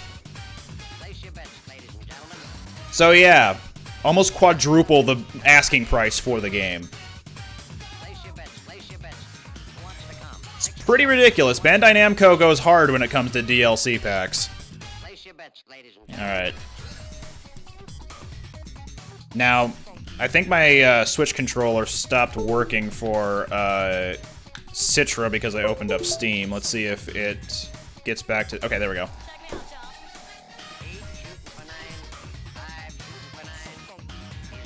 So, okay, here's another story about Xenoverse 2. So, people have stopped really talking about Xenoverse 2 on the Bandai Namco Twitter.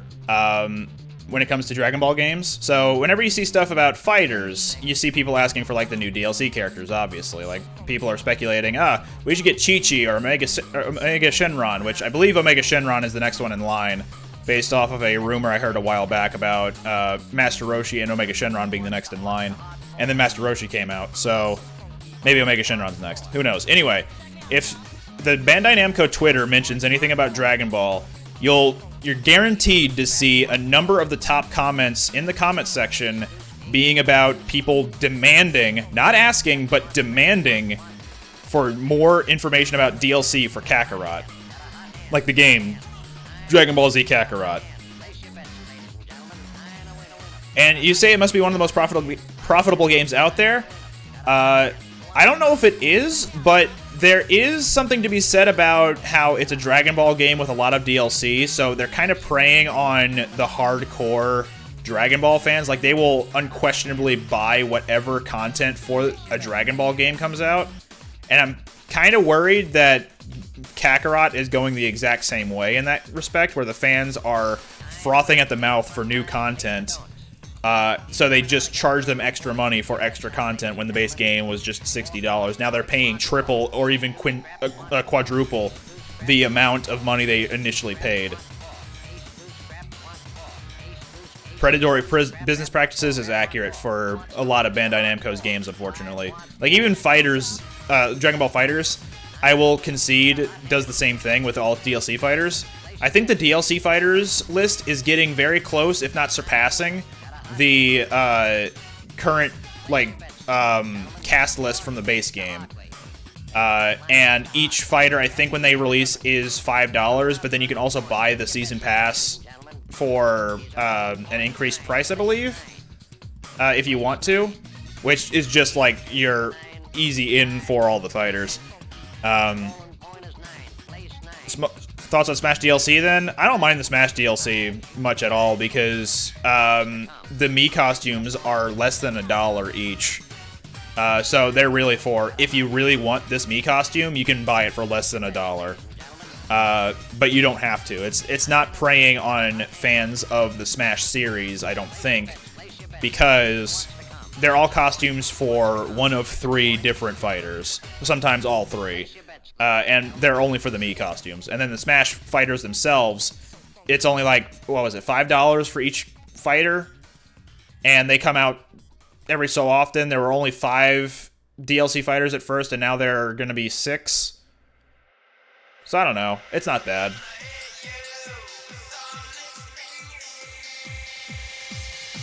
Yeah, $5 for a fighter does seem like a lot, but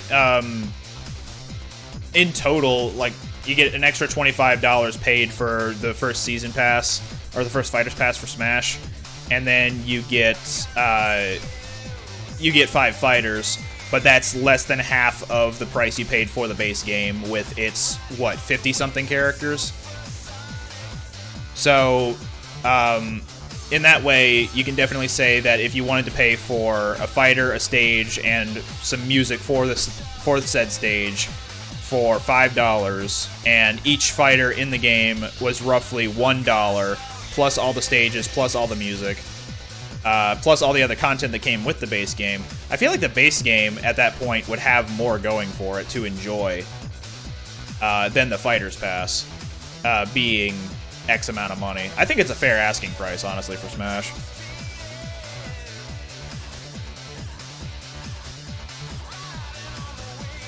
"3D All-Stars" I'm still hit or miss on. I haven't bought it myself yet. So, like, on the one hand, I feel like if you were to buy it, you would be showing support of emulated games on the system, which has its ups and downs. Its ups would be, it's the first time a GameCube game has been shown to emulate on the Switch. So that by buying the trilogy, you show you have interest in playing these emulated games, so there's potential for like an N64 Virtual Console again, or a GameCube Virtual Console for the first time, or Wii games. But the downside is that you're buying into something that is a practice that's been done on PC for a long time anyway. And they aren't even upgraded versions, they're just selling things you can get on the internet for free. Then again, what isn't free on the internet? In some capacity at some point. Skirting the law, obviously. But, yeah, I don't know.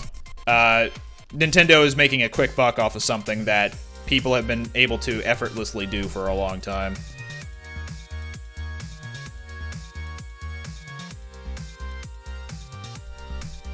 But yeah, companies, unfortunately, will tend to rely on their customers when it comes to selling things. And if they don't have customers, they obviously have to find ways to get them. So they'll be pushing for advertising, they'll be advertising them as games similar to X. And when it comes to actually having the game already and they need to make more money, rather than making another game entirely, they still have a profitable consumer base, so they ask for extra money, like small amounts, obviously, for their base game, just to keep that game's life going. And I don't see it as a problem, really. It's whenever it gets to Xenoverse 2 levels that I have a problem with it. Because Xenoverse 2 levels of DLC is ridiculous. And remastered games will sell a lot, which is true, because that means they've taken the original game and changed some things about it. And in those cases, yeah, that's fine. It's not the exact same game that you've grown up to enjoy, and you'll find still some new things to appreciate. Character sprite, do you prefer the one on Twitch or Twitter? Which one is the one with the gray hoodie? Twitter. Twitter is the answer for that. Alright, and with that out of the way, with all that ranting out of the way, we finally maxed out Zinogre's effort values. Not optimal, obviously, because of the defense stats, but I figured it was already upped because of the tutorial. So, why not? We'll just keep it as that.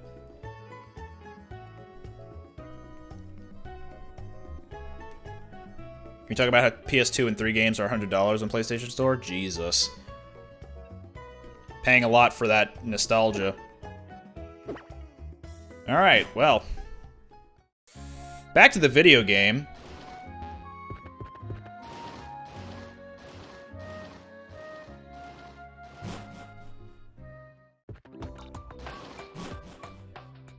Thanks, Leo. I appreciate you tuning into the stream of Super Training and then leaving but right as soon as it was over. I think I have to loop around in the marsh for that. Oh, hey. There we go.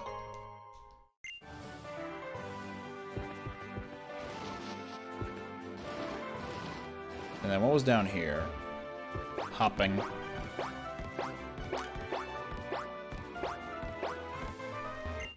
How was my week? It was alright. Nothing else to really say about it.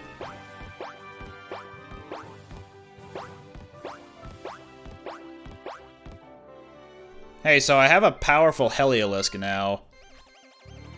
But he's got no stab moves, so can I fight you a little bit? Oh, you got a legendary. This might not be very good.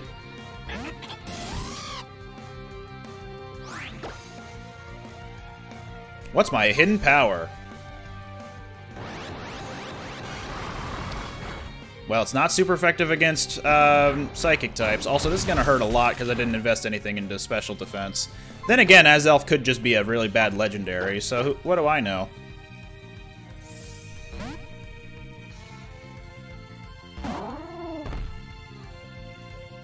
So, what does this rule out for my hidden power type? Let me cheat real quick and go on to Bulbapedia. Also, does Azelf have no guard? Is that why that worked? Or does Banbaro have no guard? I already forget. I've got Surf on Zinogre, so I'll go ahead and switch back to her. Bulbapedia. Psychic. Oop. Psychic. Type. Battle properties. Offensive versus defensive. It does double damage to...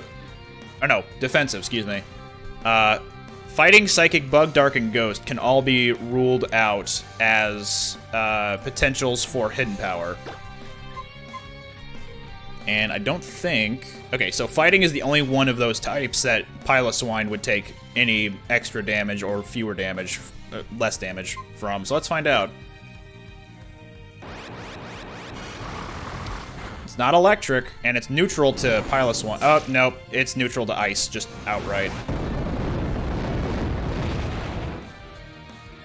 Okay, let's go to ice. So it can't be ice, fire, rock, or steel either. So that eliminates 8 types in total, I believe. No? I'm wrong. It eliminates 9 types. And it can't be normal, so that's 10. Well, we'll figure things out eventually. It's potential it could be water. Do you know if Brandon has a character art of him, or should it make Sprite Goose? He has a character on his videos called Goose. Like, you can use her, but it's not really a good depiction of Brandon himself. Oh, it's super effective against Wooper, which means it's grass. We have grass type hidden power.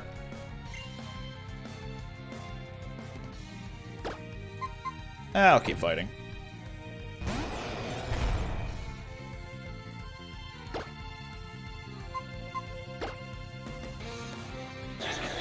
Confuse this iceberg. Possibly make him flinch.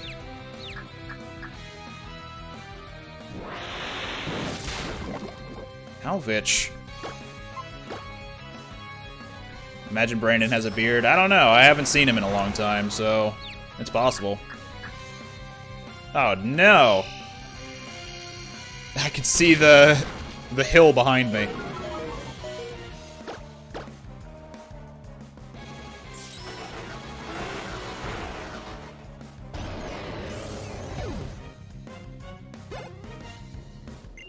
Okay, back to Piloswine.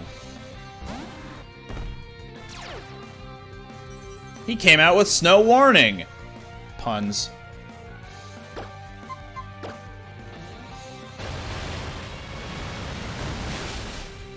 Hell yeah.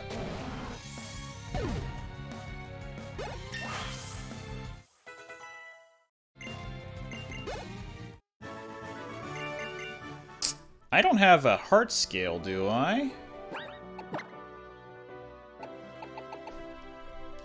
No, not that button. I'm gonna need to actually tap on by name. I instinctively tried to scroll using the scroll wheel.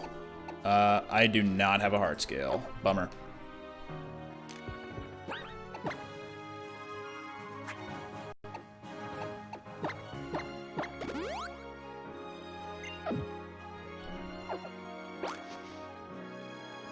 Bridge. What a song note. Hi, I love you, maybe.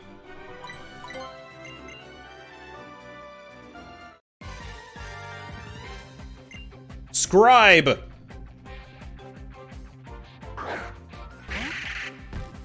Shauna, you should subscribe.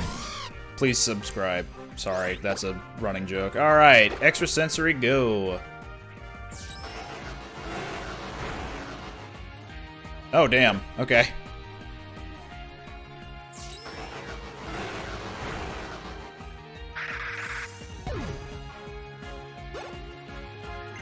Remind me again what your favorite Pokemon is, Free Dust?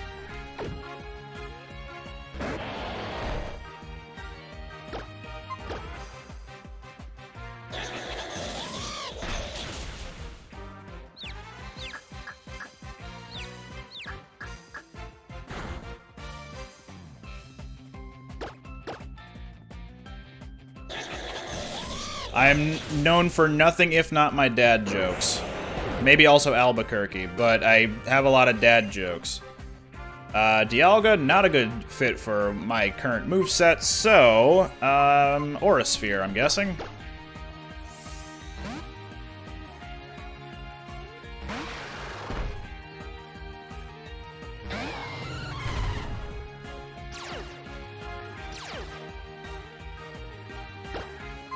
What was the Pokemon that I've run into in this randomizer that had something that puts us to sleep and also bad dreams? Was it Suicune?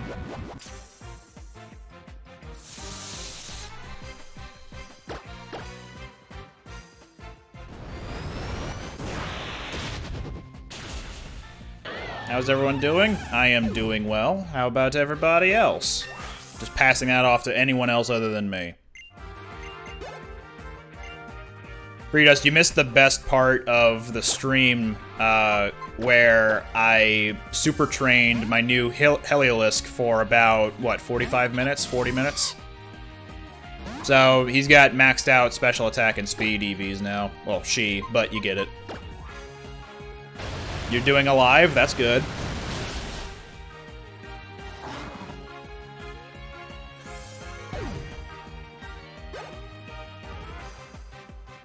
Why does everyone have a legendary Pokemon? Why don't they? Or why shouldn't they, rather?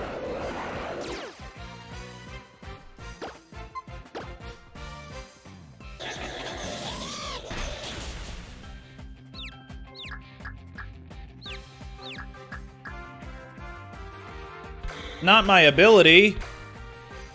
Oh, stat changes, oops.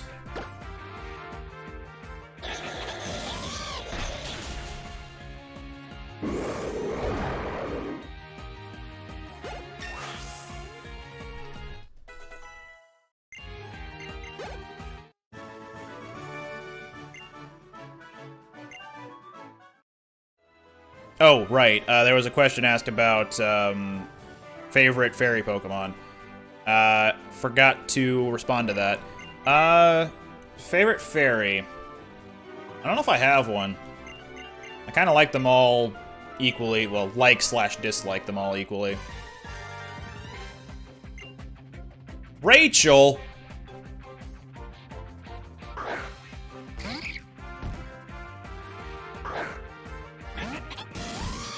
Thanks for showing up, Dragon Crimes. Have a good night.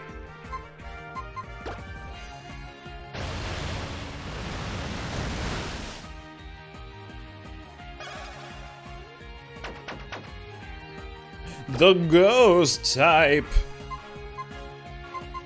Surf again. Alright, there was a joke about it being a Plusle way earlier in the stream, right?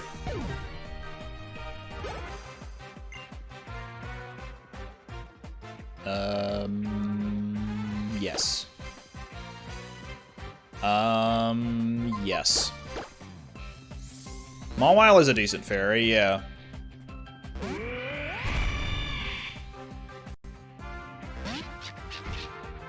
I'm trying to think of any fairies that I might have used recently, but I'm not...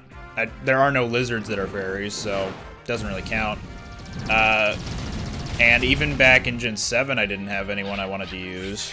Gen 6, didn't even have a fairy type on my regular team. It was like Greninja, Delphox, Mega Kangaskhan, Hitmonchan, Cryogonal, and one other thing that I'm not thinking of right now. I know Rhyperior came in a little later, as did Donphan, but none of those were fairy.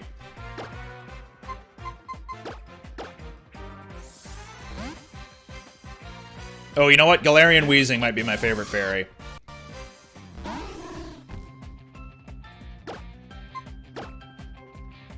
I haven't used it much. Scratch that. I haven't used it at all, but I like its design. Gardevoir is a good fairy type. Okay, so we need to ask this question right now. Do you mean good as in usably good, or design good? Because there are a couple of, I guess, concerns I have about it being a design good fairy type. If you're not aware, the internet has gone crazy about Gardevoir for years, and it's made him, Sir Knight, it's made Gardevoir out to be something really creepy and weird.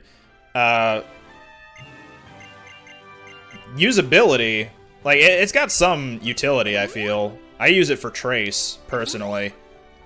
But it's got, I don't know, it's strong. I think I like Gallade a little bit better design-wise, though. And that's not even a fairy type, but of that evolutionary line, I like Gallade more.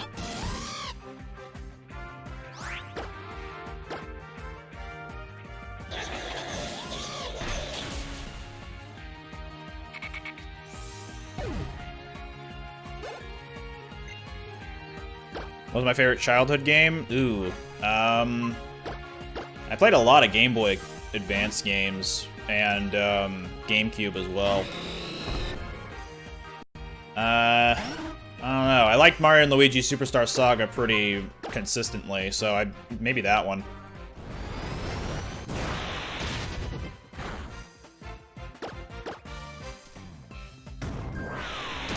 It's the internet. Anything that looks like a girl, the internet will drop a lot of pictures of her. True.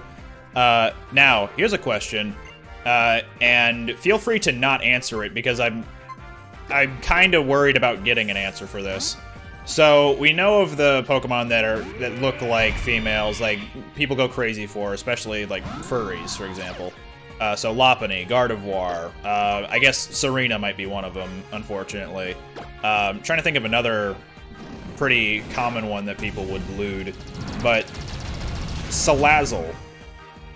That one's designed to be an erotic, like, female something or other. Because it even has, its Pokedex entry says it has a harem. Have people done lewd art of this? And please don't show me any lewd art. I just want to know a yes/no question about the yes/no answer about this. Have they done more lewd art of that or has it just been strictly like Gardevoir the entire time, what have you? Have they just not taken to the things that are specifically supposed to be erotic and people not making them as such?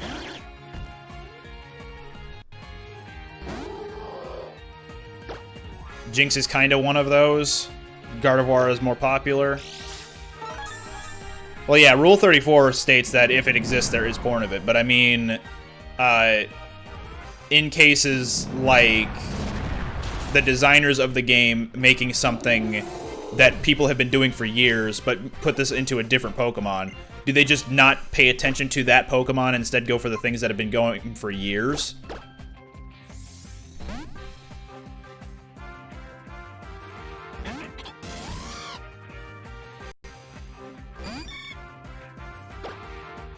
I just wonder if, when it comes to looting things they shouldn't, that if it's too easy to loot something, they don't want to do it. Like, they being the internet.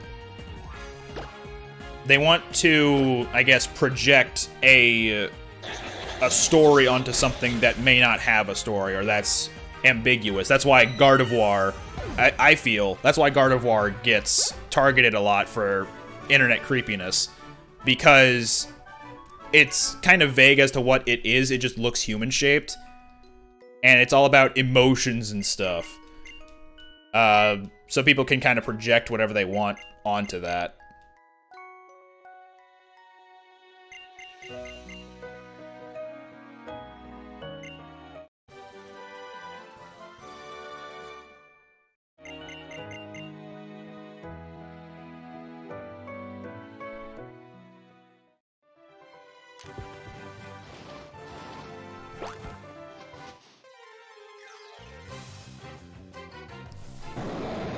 Oh, hello, Groudon. How you doing? Yeah, people... Unfortunately, people can find... sorry, let me rephrase that. People can find attraction in basically anything. It's just a matter of what's it called? It's just a matter of... trying not to use the word fetish. Like, everyone has their own fetishes and kinks, I guess. So, if people are into that kind of thing, sure, let them be interested in that thing, but it's not something for me, it's not something for a number of people. I don't know. Just let people be themselves. Banana bread? Pretty good. I really like banana bread. I think it's one of the few dessert-like snacks that my mom had, like, I grew up eating, that my mom had cooked, or baked, rather. The other thing that she knows that I like is apple pie and carrot cake. The other thing, i.e., the other things.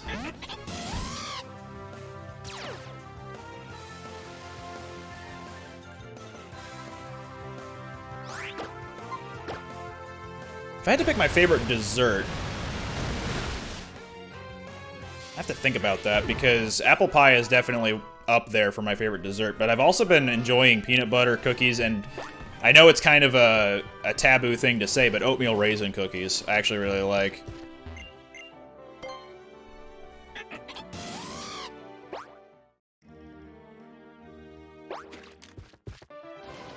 And when it comes to snack time desserts, especially around winter time, ginger snaps are also really cool.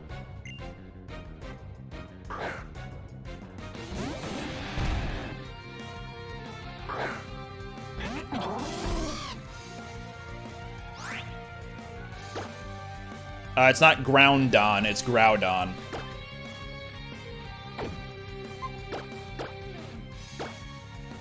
Oatmeal cookies. See, I appreciate that there are people in here who enjoy oatmeal raisin cookies. Or just oatmeal cookies, rather.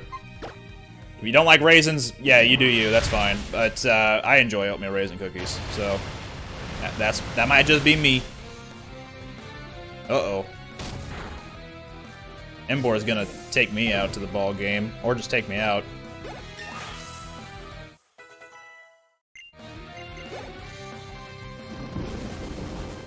Ouch!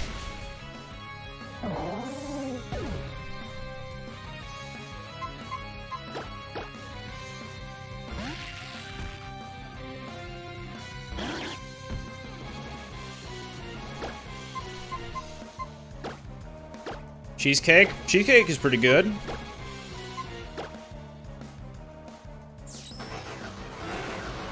Hey, thanks for stopping by, Tackless Turtle. I know that with having a lot of things on your plate, it definitely makes tuning into a stream harder to do. But appreciate you stopping by to say hey.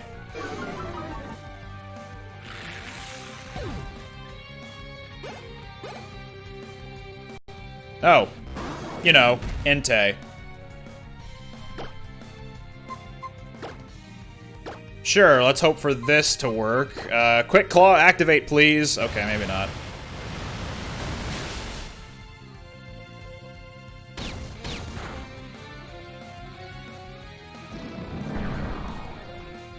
I'm not sure I know what a Tompos is. Or if it's a desert. I don't know where that is.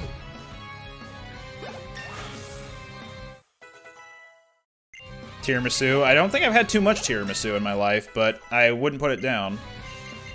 Ooh! Yes, please.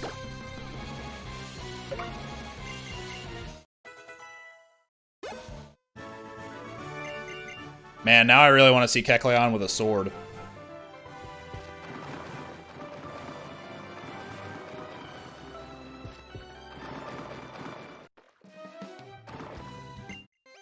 I was gonna say, she says she's embarrassed in a swimsuit, but lazy Stacy? True. I was gonna say, why are you in a swimsuit? You can't swim in the swamp. But then again, you can kind of swim anywhere. You can even swim on land. This is an unfortunate matchup now, so I'm just gonna switch.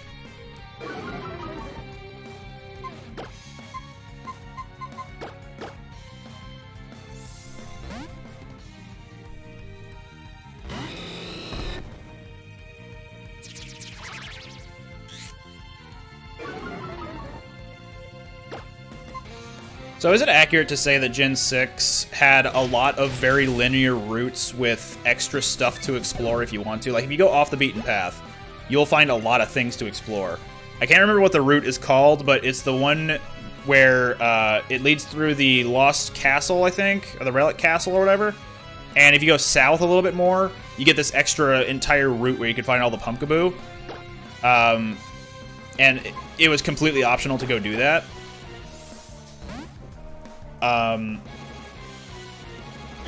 And here, this marshland area isn't even required.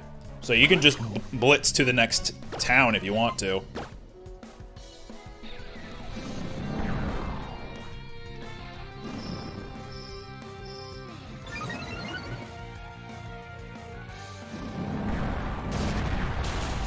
Solosis with Tail Glow, huh?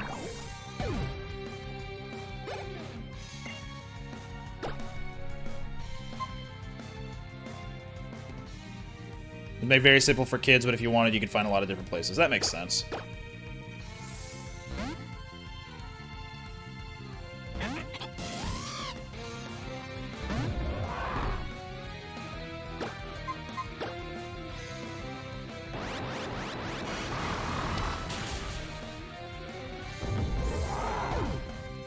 Quad effective hidden power.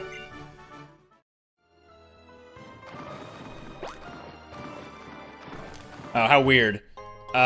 So walking in the murk with skates on is faster than walking in it without the skates on. That's bizarre. Do I know who MBD is? Yeah, it's Mo Big Deal. That's another one of those acronyms that kind of gets lost in, like, lost nowadays.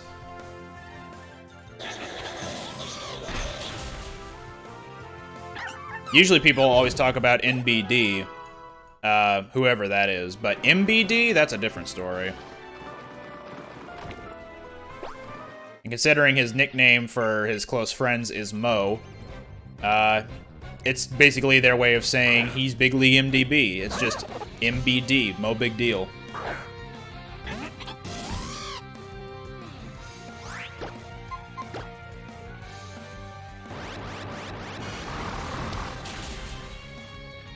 Uh-oh. Well.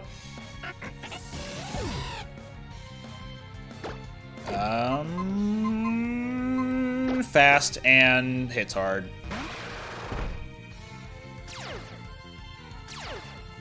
Also resistant completely to electric moves.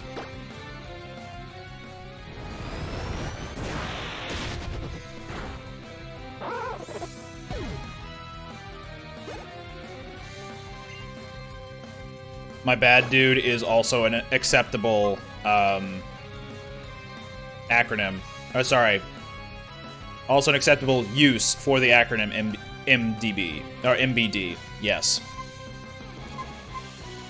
Right. Arbok. I don't... Oh, did he have extrasensory on? Mizutsune, that is? I think he did. Oops. Oh well. Time to judge this snake.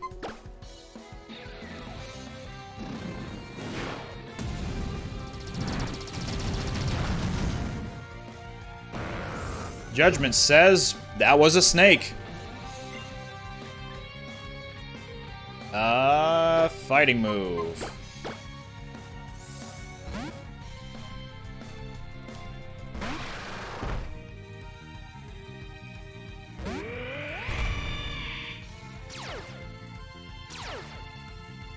A damp Aurorus, I see.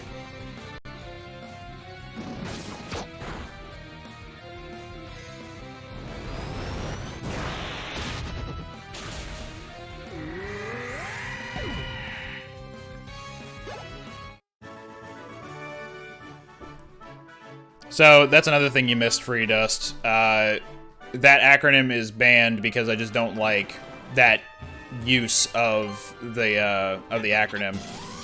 Because you can never tell if it means laugh out loud, long or large, League of Legends, what have you. So we decided that you have to spell it out as the word L, E-L, space, O, O-H, space, E-L, in order to mean that you love this stream, and not that you're laughing out loud.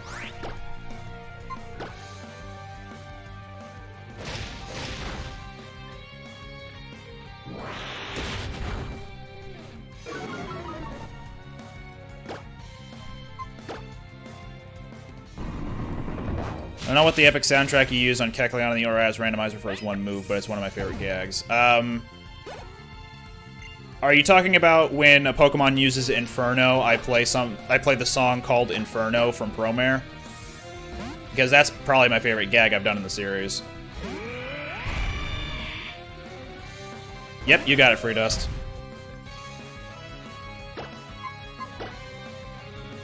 So anytime you want to show that you mean lots of love for that acronym, then just spell out E-L-O-H-E-L, just like you did.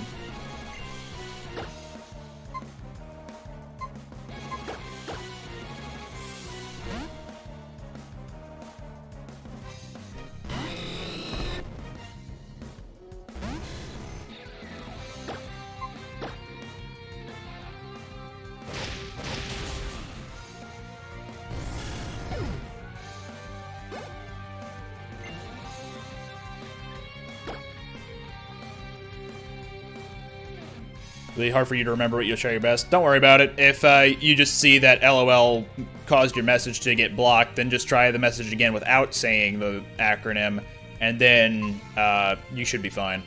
I also did not pay attention to who he's sending in, so I'm gonna hope that I can judge this thing and get away with it. Oh, okay. That works.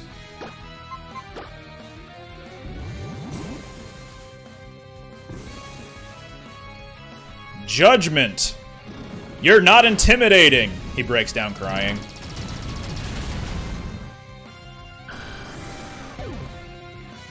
I don't know if you're paying attention, but no, that was Aurorus that used Judgment. I don't even know if there's a thing called a why nut.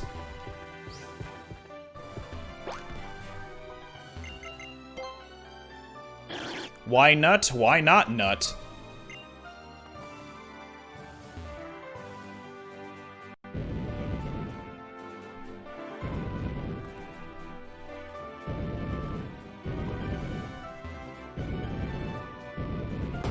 It was a why not? No, see, if it was a why not, he would have pointed out that it was a why not.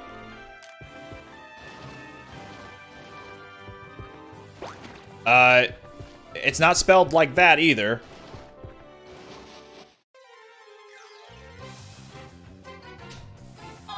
Oh, hi, Cresselia. So this route has Cresselia and Groudon available in it.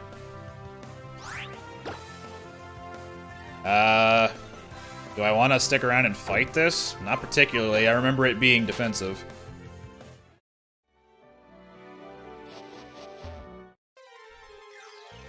Why would something be a god of Pokemon if it's not even the name of a Pokemon?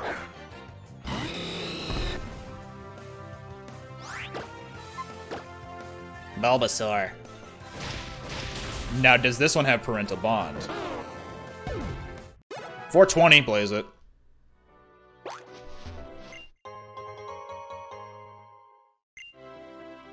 Real men use Bulbasaur? Accurate.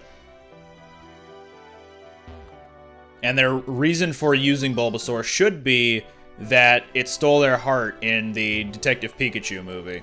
Because those Bulbasaur were adorable. Bulbasaurable. You get it. I was trying to go for something, but didn't really work. Also, is Flame Wheel stronger than Fire Fang? I don't even know if Blaziken will be able to learn it. It cannot. Okay.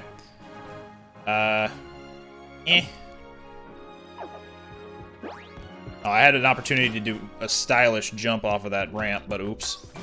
Never seen Detective Pikachu movie? It's a good one. Good Pokemon movie. You've watched the 91 episode series twice? You must have a lot of time on your hands.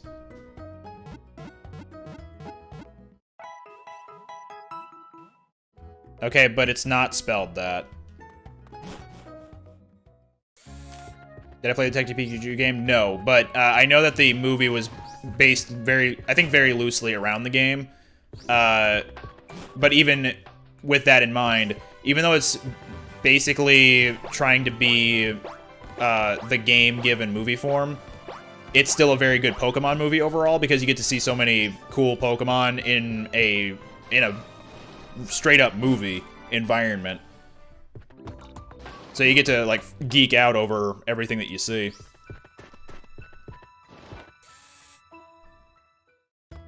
Oh, wait.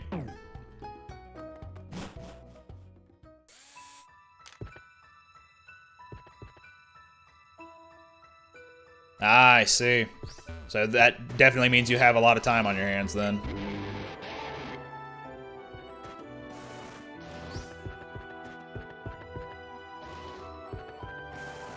Could go to the gym, or I could look around. Oh, clothes!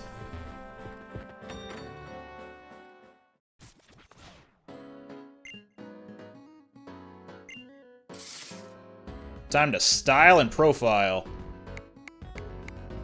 I'm gonna keep the cap because I'm not particularly fond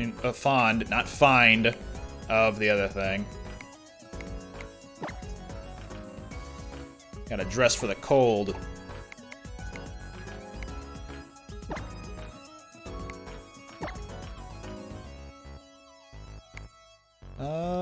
Black pants. Oh yeah, the Jubilife City remix is fun. I forgot that was here. Oh yeah, yellow sneakers. Beautiful.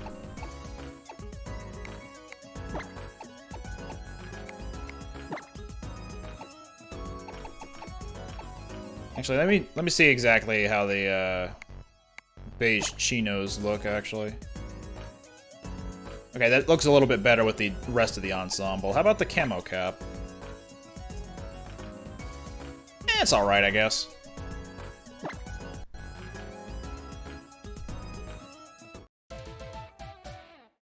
Beautiful.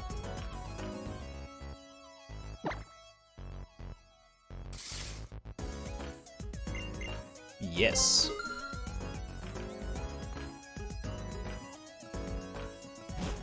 Oh, did the game have, oh, bye, Kenny. Did the game of Detective Pikachu have the same ending as the movie? The Winding Woods. Or Winding, if you choose to read it like that. Because English is a confusing language.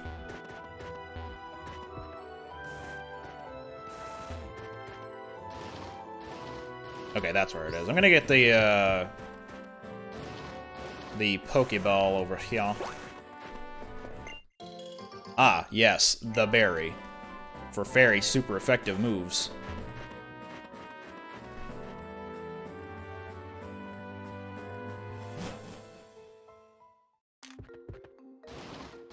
Now this song does remind me a little bit of Mystery Dungeon, and I don't remember the way, so I'm just gonna stumble through it here. English is easier than French? Really? That's not a claim I hear very often, so...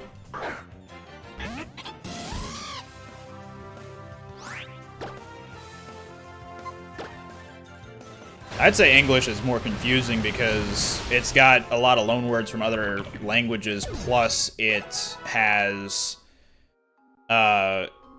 it has conflicting rules about it. Like, sometimes one spelling is this way, but other times it has to be another way.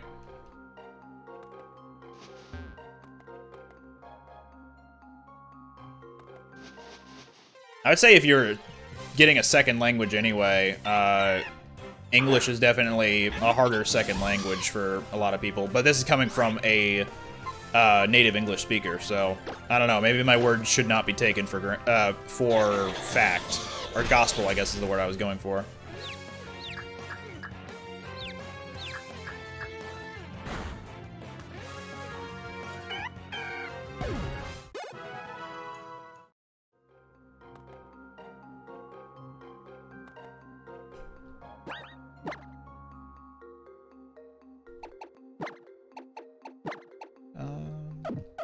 I'll just leave it as is. Depresso, what's your native language? I like that your autocorrect changed grammar to grammaire because you said you're living in France, so I assume that's what happened there.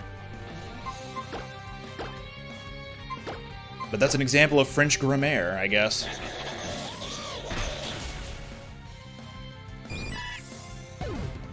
It's not literally French grammar, but it is the French word for grammar right there. So I guess it technically still works.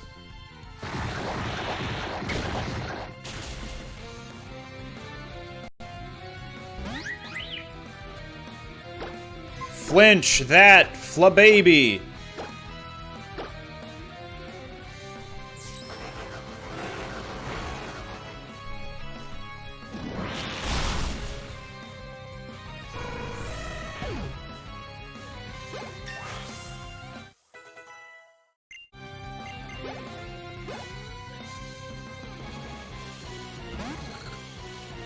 Chinchou, one of the Johto Pokemon that really sticks with people, I feel. It's a very identifiable Pokemon. I'll do Hidden Power on it. German from Switzerland, so talking weird kind of German. But not Swiss? Like, is Swiss even a language, or am I thinking wrong? But I guess it's one of those European languages all the same.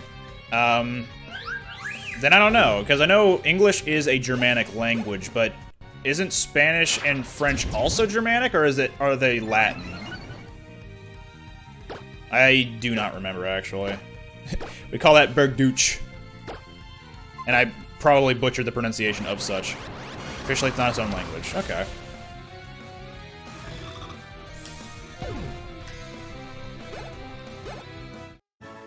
Live in Netherlands? Nice. I actually had a few friends when I was growing up in, like, I lived abroad, and I lived in China, and we had a bunch of people from Holland also live with, like, around us, because we all, like, our families all worked for Shell.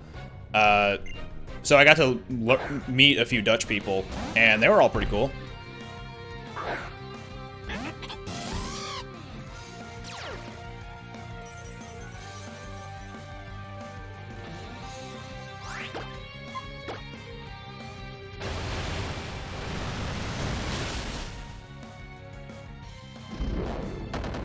Oh no, the darkness. Portuguese, Spanish, French, Italian, and Romanian are Latin. Okay, then yeah, English is Germanic, and French and Spanish are Latin, so that would make sense that for a country that is speaking mostly German, or a close to German language, that it's easier to learn English. Although, for Joao, I feel like it would have been easier for you to learn French if you spoke Portuguese, because you said you normally speak Portuguese, I think. So then you saying that English is easier to learn is interesting.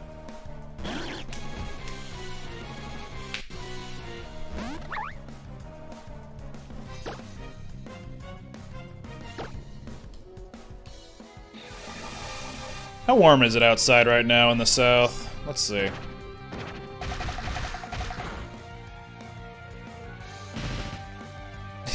Apparently at 1:26 p.m. earlier today, it was 81 degrees and overcast. 81 degrees Fahrenheit. Now it's 79 Fahrenheit. So yeah, if you're ever cold during the winter, move to the south of the United States. It's pretty warm there. Or just go to one of the desert countries. Middle East was always pretty consistently warm whenever I was living there.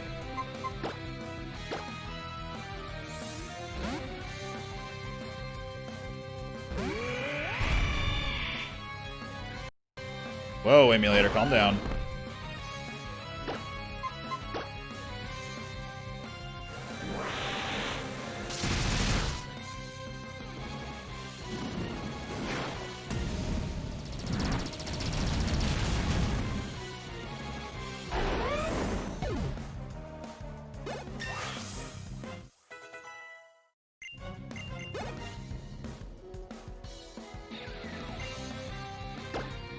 Who brings a fire unicorn to some woods?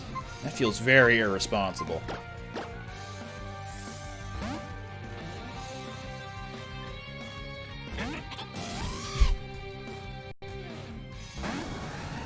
Everyone's favorite United State, Louisa. I actually live in Louisiana right now. Coincidence? Yeah, probably.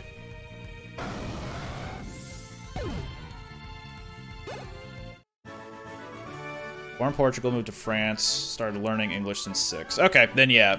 I think at an early age, if you learn a second language that early on, and it's consistent alongside your native tongue, then yeah, it's pretty easy to learn that other language over the other one. Or not even over the other one, but what is it? Alongside the other one.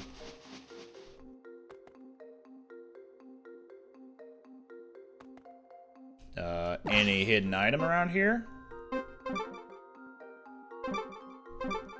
It's probably up there. It's the fairy Rapidash? Maybe. I mean, Kalos and Galar seem to be pretty close in terms of theming. One's France, the other one's England. Or I guess the United Kingdom, more accurately, because I think the Crown Tundra is supposed to echo Scotland? I think I remember reading something about that.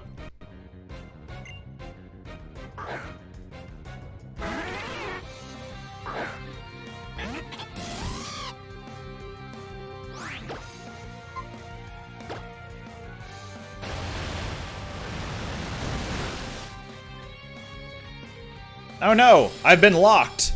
I need to break these psyche locks.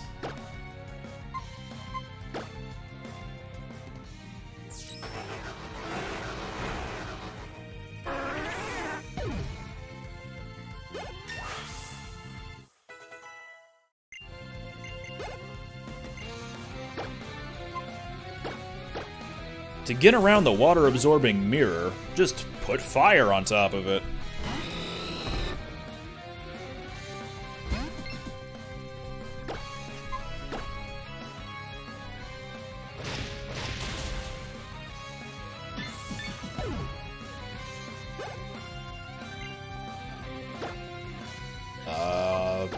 When faced with a mammoth, throw water at it. These are some life hacks you can take on the road with you. Like, if you ever run into a mammoth, just throw water at it, it'll die immediately. It wasn't supposed to exist naturally, but... And when I say wasn't, I mean in modern day. Hey! That's my item, give that back. When did I start YouTube, Twitch? I started YouTube back in 2008? No, 2007, technically. I made the account in 2007, but I started uploading in 2008. Don't go watch my old videos. I'll just say that. And just been doing YouTube as a hobby for the most part. Only recently did I start actually getting an audience and monetizing my stuff. And Twitch has always been an off-on type thing until my most recent living situation, where I have both the computer powerful enough to handle it and the internet powerful enough to handle it.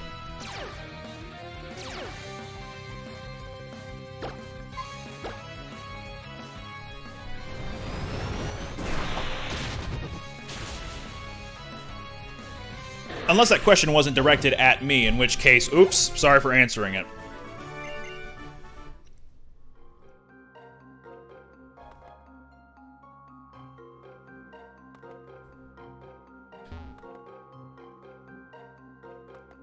Why did I start? I think that's kind of obvious. It's because I wanted to.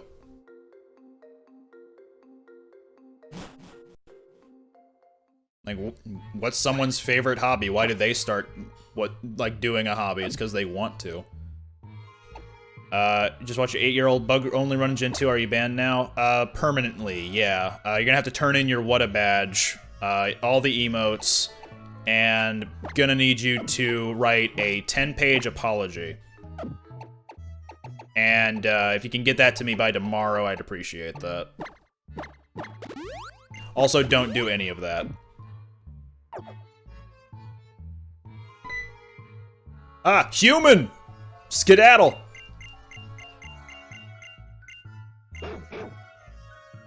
And they're back. Not really.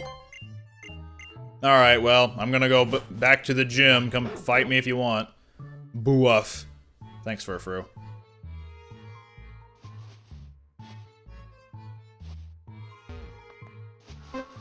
Hi, Snorlax. I forgot how you're supposed to wake that one up, if you even can. That's just an eel out in the middle of this patch. I feel like you shouldn't have an eel out here. Kind of dangerous.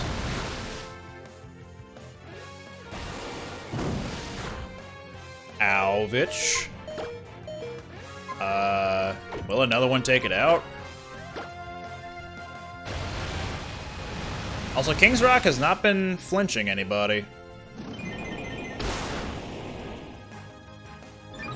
What mic do I use? I don't remember the name of it. It's a blue microphone. Like, it's the brand blue. I don't think it's a Yeti. For some reason, something electric is, like, a word pertaining to electricity is running through my head. Let me... Google. Microphones. Something like Spark or something?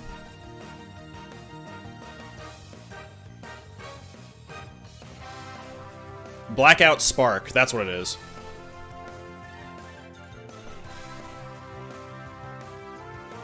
What's wrong with my old videos? Are they just bad quality, so you're embarrassed of them?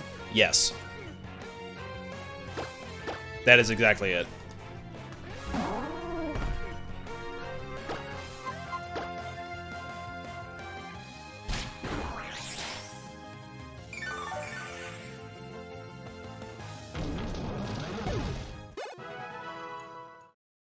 Trying to remember if there's anything important here other than just the chilling out Snorlax.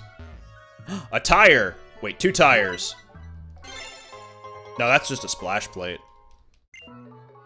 Silly me.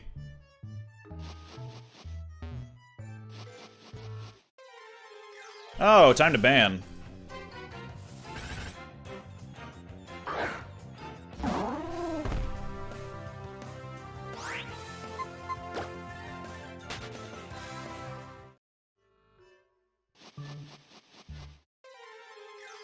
Boop, boop, ba-da-doop, doop, dap, da. Oh, hi.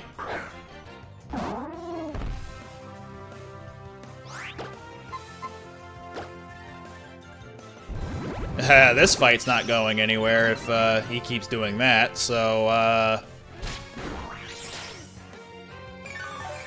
just gonna leave. Oh, I can't leave. Oh, no. Ouch pain. Can I run now? No. Another ouch pain. Can I run now? Yes.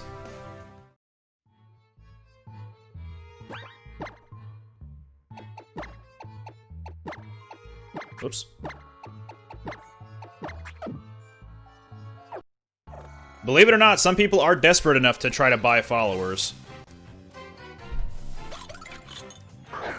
Have I succumbed to that in the past? No. Did I ever want followers? No, because asking for followers feels very disingenuous.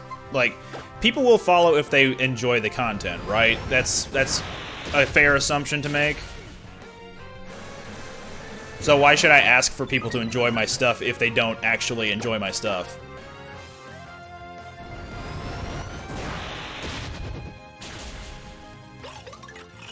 What can you do with followers? Entertain more people. Unless you're talking about buying followers. If you buy followers, then that means you can inflate your own statistics on Twitch to imply, like, hey, I qualify for a partnership now.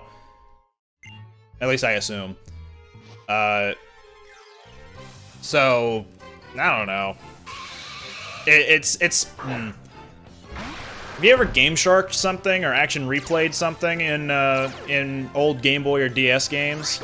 Kind of like that, where you're not doing things legitimately. You are cheating in order to be better at something. You're not showing your own, like, merits, I guess. You are taking the easy way out.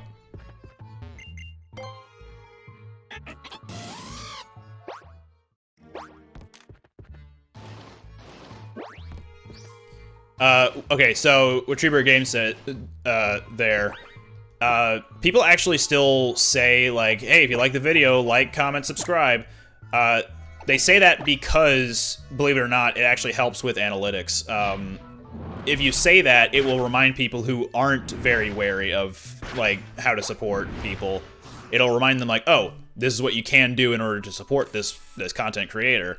And sometimes they're not even thinking of it, like, oh, right, I should be doing that. Oops.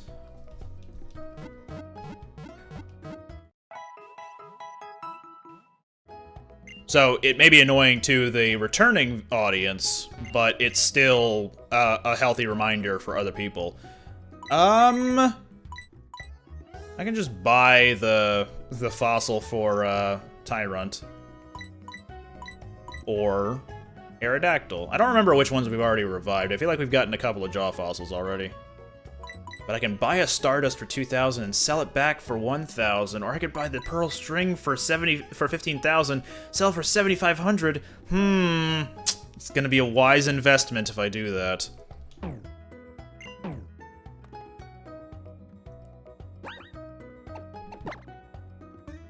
All right. Gym time, I guess.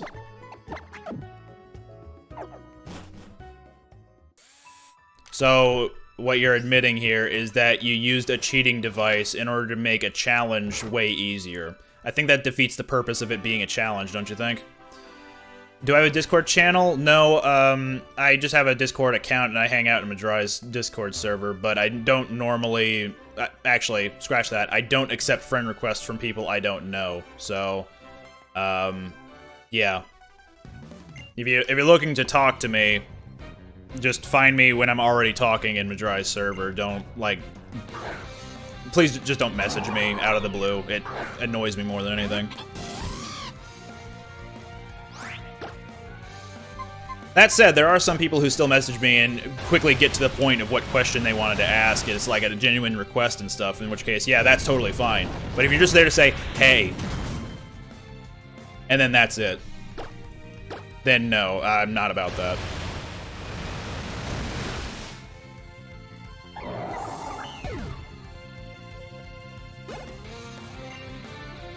Genesect. Hi, Treeberg Games, I see you. Yeah, I don't consider myself big enough to even have one. So, Brandon made a Discord server, and I haven't joined it, but my personal opinion of what that's about is he gained a following at first from Madrai's, like, promotions of his challenge videos, Then he made a Discord server for people to join. So people would join in and hang out in his chat. And again, I haven't joined this, so I don't know if this is accurate, but I'm guessing that the majority of people who talk in there are very similar to the people who have joined Madry's server and talk in there. So when it comes to discussing things with the various communities, they really only go to Brandon's Discord to chat about, if they are in both of them, that is. They go to Brandon's server to talk about Bethesda challenges, maybe, or Monster Hunter challenges. And then they go to Madry's server to talk about anything else. So that's my personal assumption as to what occurs there. Where if you make a server based on your own popularity within someone else's circle, for example, if I was to make a Discord channel, I would guarantee that people going there would either be there to like hang out and chat with each other, which is totally fine, which is what is happening in this stream chat right now, or they're there to talk about Pokemon stuff, in which case there are plenty of other servers to talk about that stuff with, even if my own interests do not align with theirs. So, like, I would have stuff like a Jet Set Radio chat, or share your own art chat, or talk about your favorite movies chat. But then there are just, like, other bigger servers that people would join my server from in order to talk about those exact same things. Basically, what I'm saying is I feel like it would be kind of pointless in the long run at this moment. I'm not big enough for a Discord server. They talk a lot of politics in Brandon's Discord. Probably another good reason why I shouldn't join that Discord, because I don't have any political, like, comments to make, really. I don't follow politics, therefore I shouldn't make any comments about it. Make a server under your name, but have it be only for discussing types of cheese. That's a very smart idea. Anyway, what happened if someone talk about Pokemon in the stream? Yep, that's fine. Like, stream chat, I feel like, is a better place for discussing a lot of these types of things than a Discord server, where I'd have to moderate it, and people could jump in and leave whenever they want, or even use it if they want. But, again, that's already something that they do with YouTube and Twitch, where they can tune in if they want.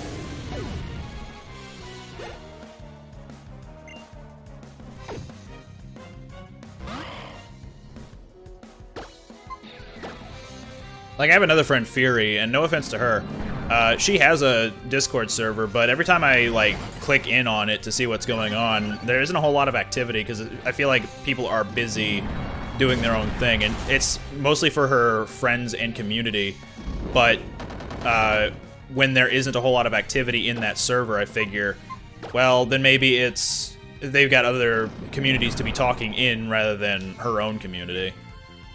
So if I was to make my own Discord server for people to hang out in, they'd probably have other servers they'd have more enjoyment in hanging out in, so.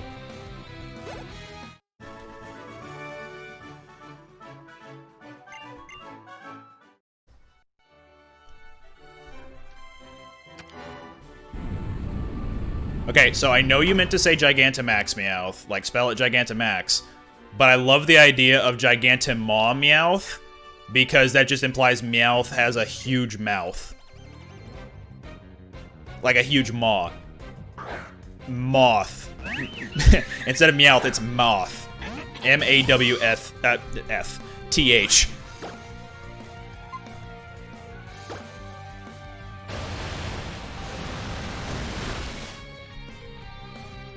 Oh, there we go. We got a flinch in there somewhere. All right, let's try an extrasensory flinch.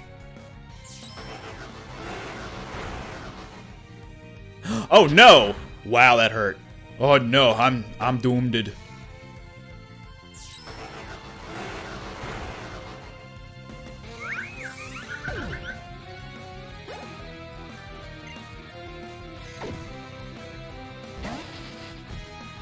Man, this ice gym, for being the 8th gym, is having a little bit of a power divider, I guess. How good is that flower Pokemon? Apparently it's got really good special defense when it's fully evolved, but other than that, I don't know how good it actually is. I'm thinking rock. I have not played Wars, Jedi Fallen Order.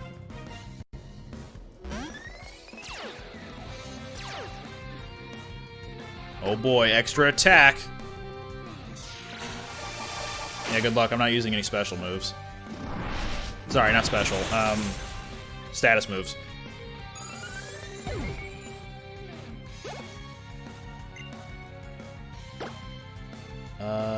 Or sphere.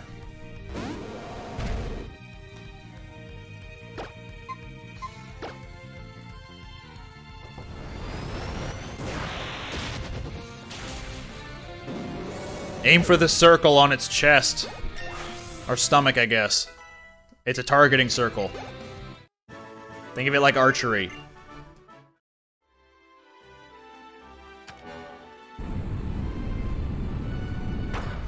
And again. Do I need to do it a third time? I think so. Same answer. I haven't played it. Okay, so I do need to actually flip the pink a little bit. Whoops.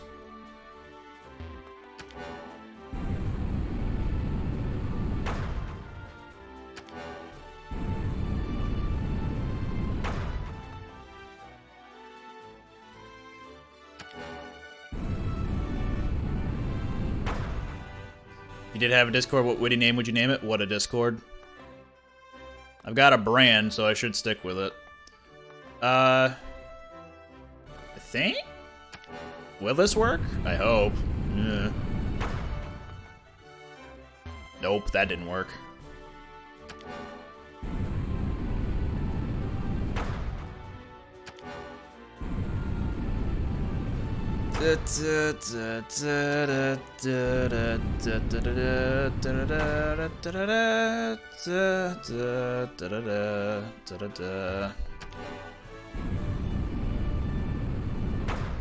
Not this one, because I can't access either pathway with that. This one might work. It doesn't.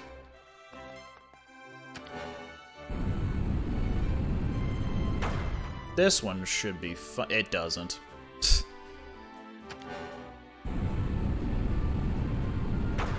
What about this one? Actually, hang on. I need the middle path to be active on the pink. Or do I? I just need a pathway on the right side, actually. So maybe I did have it right that fourth time. The Xth time. Here we go. And now, there we go. Nope. Is that really the only one? Man, alright. Just redo this one until we have the two paths for this left side and the middle. If there even is one. There we go. Gym puzzle!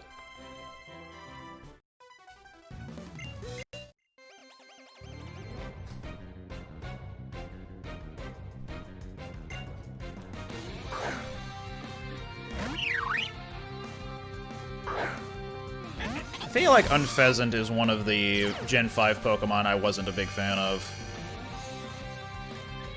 Because I remember being actually pretty vehemently against. A, because of the name being a literal... Like, it's literally a pheasant. Un faisant. In French. And also, it just didn't look very appealing. So, way back when I was a little bitty boy, living in a box under the stairs of the corner of the basement of the house half a block down the street from Jerry's bait shop. I already did this joke. I was very much against the idea of this plain-looking Pokemon. Also, Free Dust, I have videos scheduled to upload, so that's why it just went live while I'm streaming. Alright, well, Depresso, if you fall asleep while you listen to the stream, then thank you for watching and or listening. Usually or. Unpheasant looks boring, yeah. Looks a little unpheasant.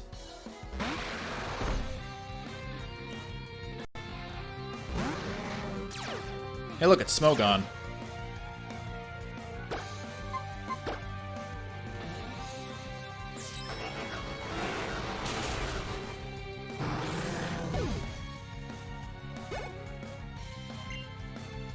Shedinja, what should I do? Should I nuke it? I'm gonna nuke it. Gotta make sure it kills in one hit, you know? Whew.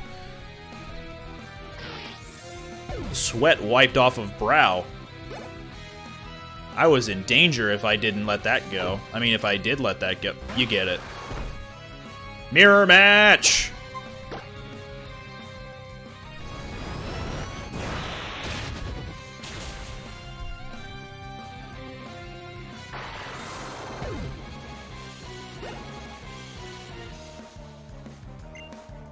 So Waddle. Shame Zenogre's fainted right now, otherwise he would be a good candidate for this. Get some experience.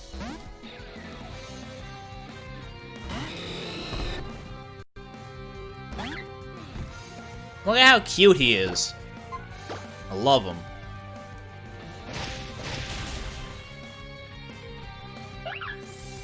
Shedinja is factually the best Pokemon, yes.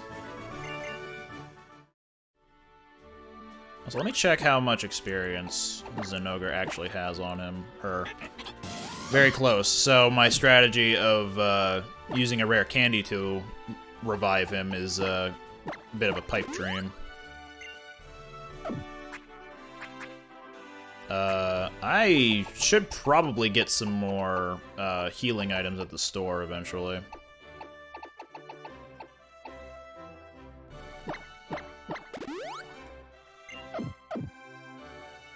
Can't wait for the day where a different Pokemon gets Shedinja's ability.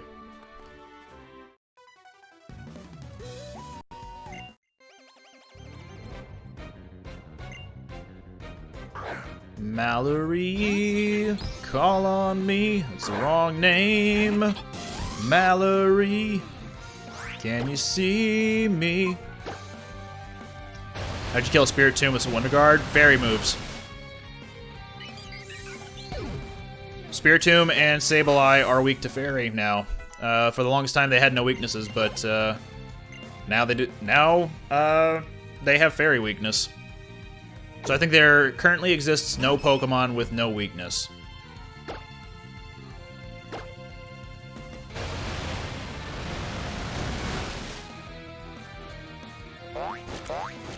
Oh no, not my electric moves, which I have. Clearly, in abundance, as you can see.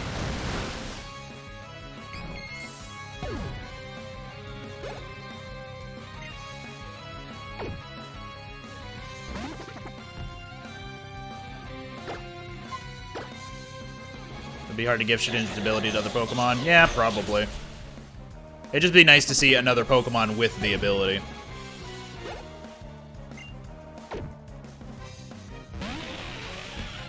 Level 55 Paris, and you still haven't evolved it? Oh, that's why. It's the strongest Paris ever seen by mankind.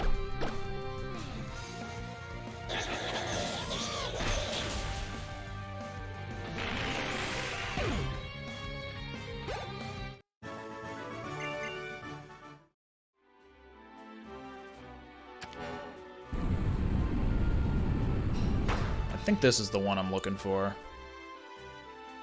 Yeah, it has access to all of the entrances. This one, nothing. Is there another Pokemon with Truant? Yes, Durant has Truant as its hidden ability.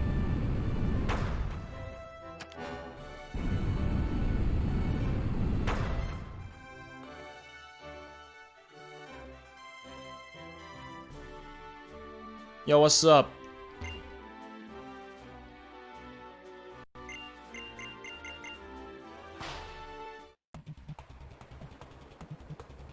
Versus Wolfric, but what's his actual name? Tia! I knew it. Well, there it is. Dragon Snail, Dragon Snail. It's almost time for Dragon Snail.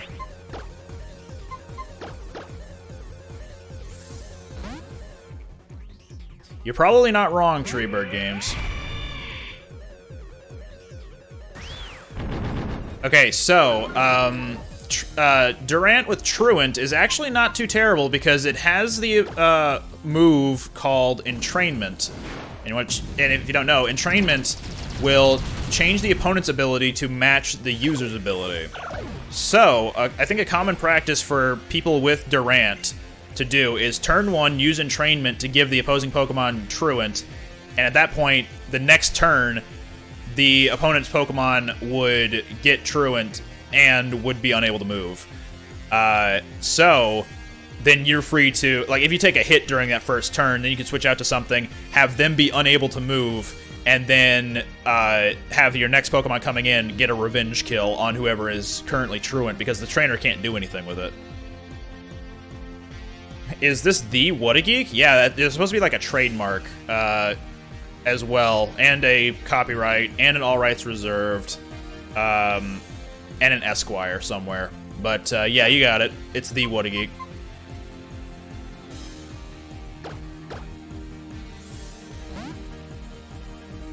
If you're to make your own ability, what would it be called and what would it do? I don't know, and I don't know. I'd have to think about it. Basically, it's kind of a big deal. Inaccurate. Wait, no, the other thing. How am I doing? I'm doing well. How about you? Thank you for the follow. So question, how do you know the name? Because this is a reaction of someone who didn't realize that I stream on Twitch and you happened to find me in, like, the search bar.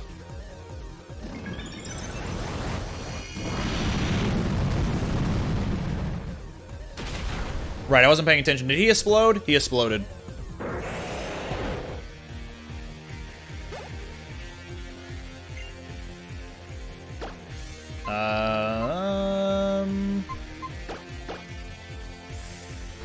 We haven't Mega Evolved yet this stream, so why not?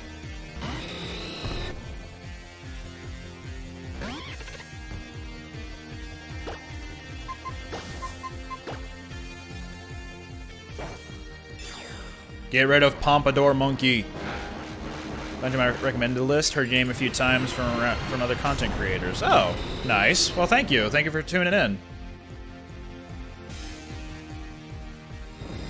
I think Herman the German has a good idea as to what my ability would be. It would just be getting people in on a joke, I guess. So kind of the same as entrainment.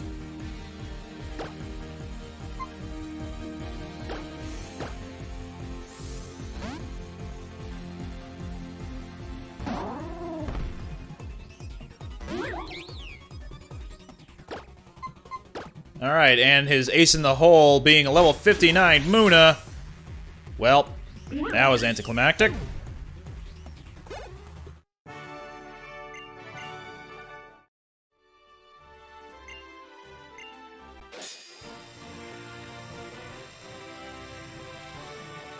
Hooray! 8th badge acquired. Now, if only I got the sketch TM. Oh, thank you. I appreciate you doing this for me so I don't have to go through the whole puzzle again. Here we go again. Wow! Sliding on ice. That's a very instinctive maneuver, I guess, to want to do whenever you see something slippery, is just go for a slide.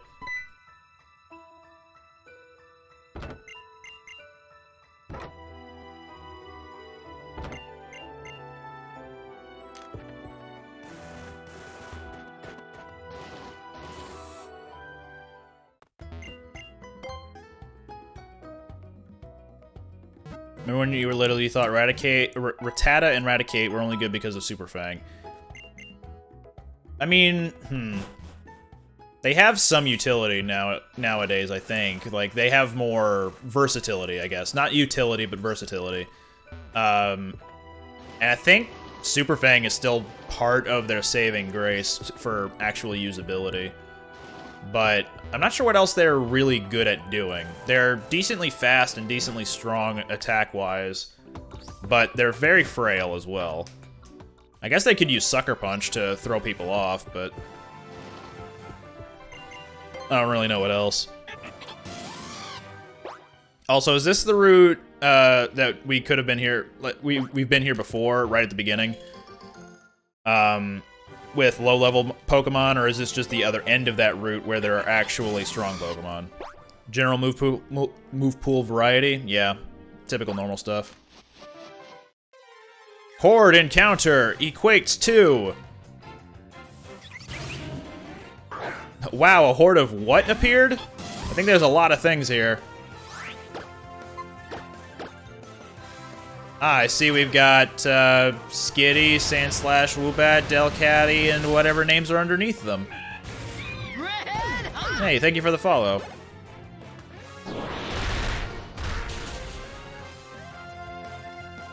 Wow.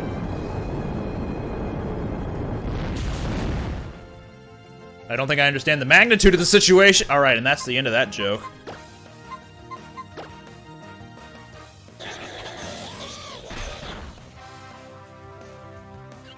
Raticate has insane move variety and can learn basically any elemental TM. Yeah, that's accurate. I know it can't learn Surf. But it can learn Thunder, Blizzard, Fire Blast, I think. So it's got all the really strong ones available to it.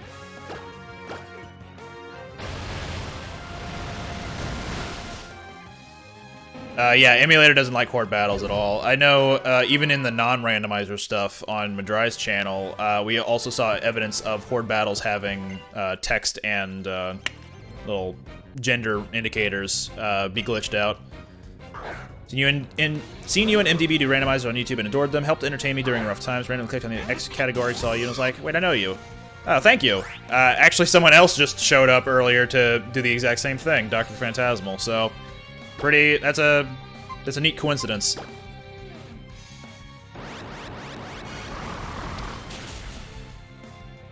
I mean, that's a fair assumption to think that legendaries were a specific number of times powerful than most other normal Pokemon. In a way, it's still true, but not as true, I guess. Unless you want to talk about something like Mewtwo or Mega Mewtwo.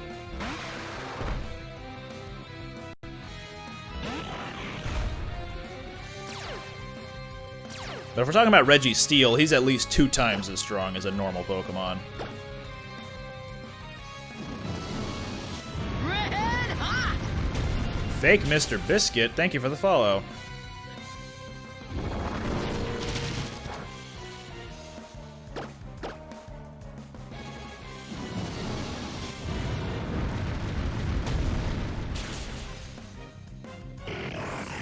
Get out of here, Registeel.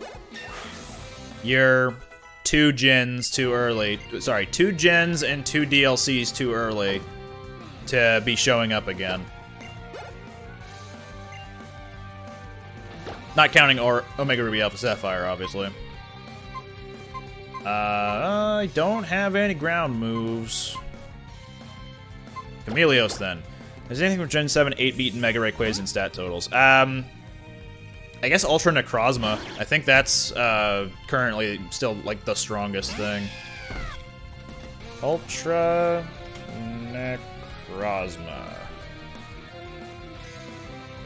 And let me pick a move here. Stab Strength, go! Ultra Necrozma has a base stat total of 754. So, yeah. And let's compare Mega Rayquaza. 754 versus Rayquaza Mega at 780. So, not as strong as Mega Rayquaza, but still very strong.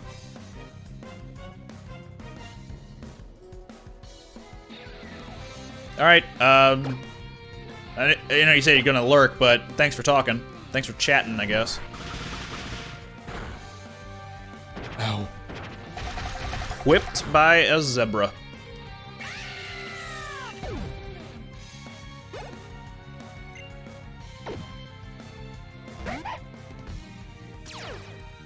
Hey Zoro, you hung around with a few of the musketeers in your game, right? Does this look familiar?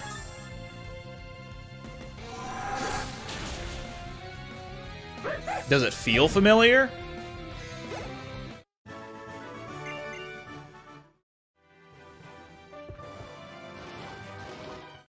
Oh, they saw me from very far away. Is user engagement a thing?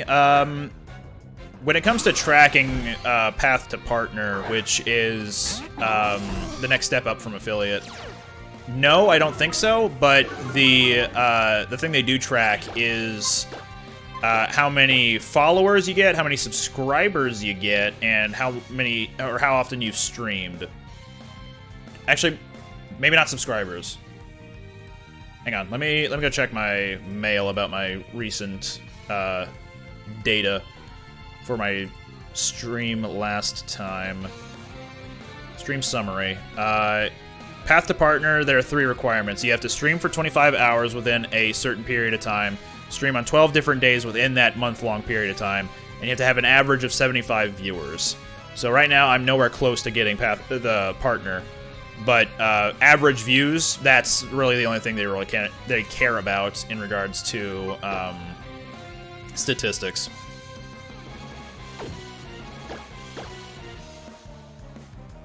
I mean, what's going on with your team in game? It's a randomizer, so Pokemon that show up in the game are generally not going to be what they should normally be in Pokemon X version naturally. That's just the long and short of it.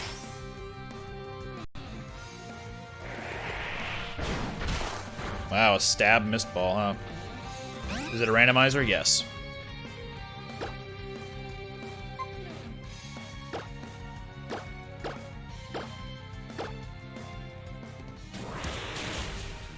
Damn.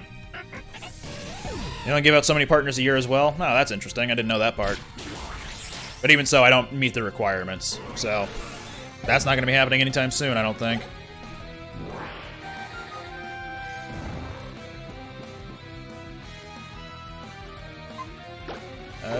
Great Macau.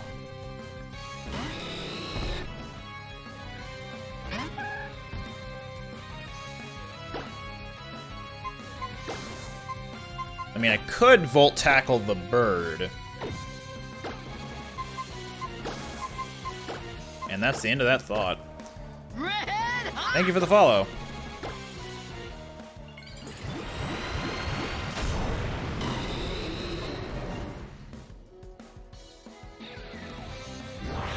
Yeah, if Paris was actually a lot easier to traverse, I'm sure people would enjoy it a lot more.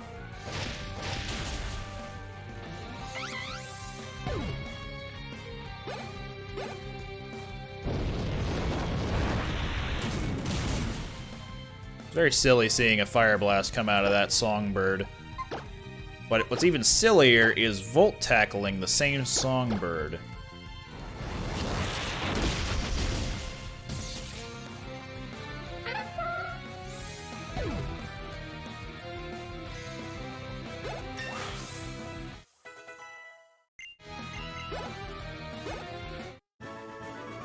Abracadabra and Hocus Pocus, my 4 favorite Pokemon.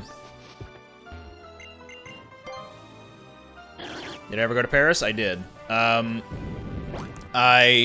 don't remember much about it, but I have been there a couple of times. But I have never, like, been to the Eiffel Tower. Mostly because I just didn't really want to make the effort to go there. It's just like, alright, well, if I wanted to see the Eiffel Tower, I can go there and do what? Look at it? Sure. Basically what I'm trying to say is that even though I've been a lot of places, I haven't really cared to go to a lot of places, if that makes sense.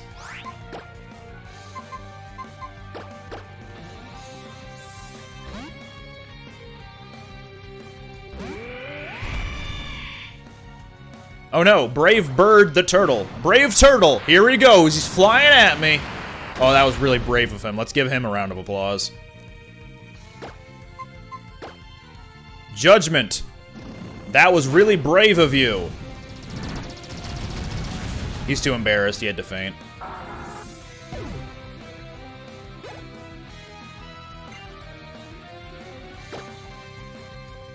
Yeah, see, like, if you can see it from afar, that's kind of the best way you can see it. Once you get up close and personal, it's like, alright, neat. What now? Like, usually it's better as a cityscape sort of thing, as opposed to an up close and personal thing.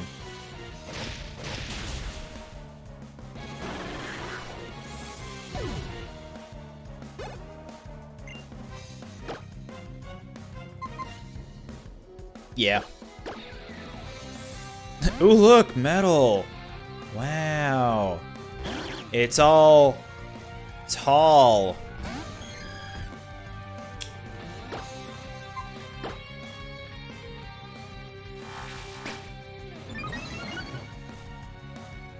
Just gonna disappear real quick. Quick Claw's probably gonna activate. Nope. It's my favorite Pokemon. I am using it.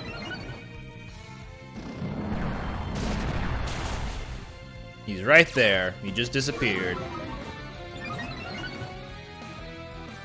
The boy, Kecleon. Which is why, as an emo, we have this little supportive Kecleon. The Louvre? I think I might have seen the Louvre already, but I could be wrong. But it's I would agree that, as a museum, it's definitely something to go and see, as opposed to the Eiffel Tower. Hello, Uphill Cow. How are you doing?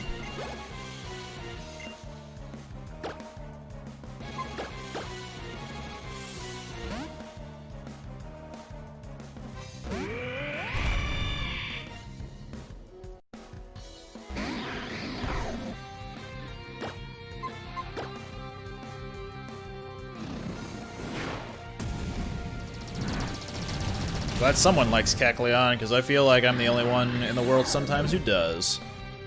That's a lie, because a lot of people say they do like Kecleon, but it's not very many people's favorites. Why is Kecleon my favorite Pokemon? I don't know, he's just kind of cute. And also, I enjoy using him as a Protean user, because changing types when you're going to attack is a lot of fun. Just woke up. What time is it? It's 5:26 my time. So, remind me again where you are. Are you in Europe, or are you in the States? Because if you're in Europe, it would be like the middle of the night right now.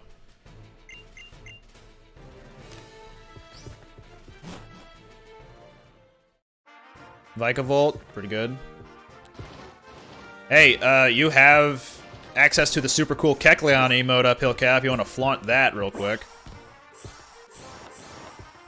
Oh yeah, Cosmic Flip, there we go. Oop. East Coast USA, gotcha. Midnight in France, that checks out. Although I like the alternative of it being a MIDI, like the acronym MIDI. I don't remember what it stands for, but it's an audio file that is not really recognized a whole lot. MIDI is a technical standard that describes a communications protocol, digital interface, and electrical connectors that connect a wide variety of electronic music instruments. So there's a sound file called a MIDI, which I think is just that. It's not really recognized by a whole lot of music or audio software. Like, I don't think Audacity really likes it that much. But if you listen to a MIDI song, as opposed to an MP3 or a wave, then it's gonna come out very synthesized. And I know early YouTube was full of MIDIs. Yeah, full of MIDIs is fair to say, I guess. Because you had like early AMVs that put MIDIs of copywritten songs. So it was all synthesized and weird.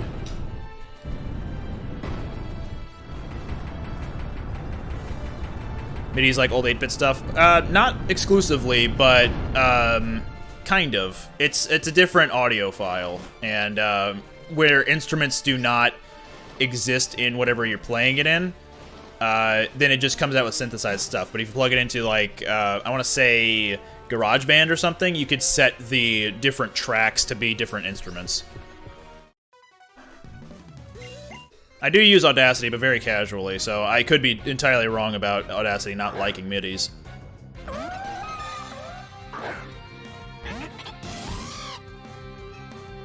Okay, so Super Slimy Goodra is in Europe, and Anime Gamer is in Eastern Standard Time, or Eastern Time, I guess.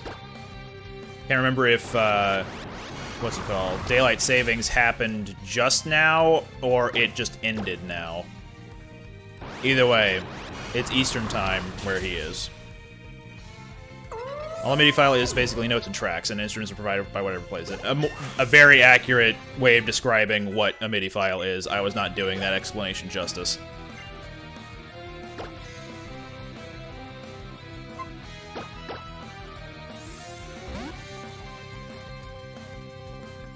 Not computer savvy, I feel that. It just happened? Okay, so if it just happens, does that mean it's Eastern Daylight Time right now, or is it Eastern Standard Time? Raw text without a font? Fair. Very fair.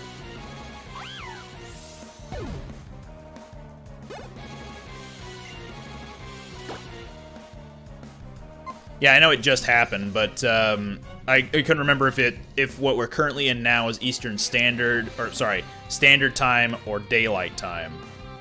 So, in my case, it would be Central Daylight Time, I believe. Hello. Not sure what your shorthand name should be. Thanks for the host. Also, I didn't remember that coughing was coming out, so that's my bad for switching out of something that could have been really good against it.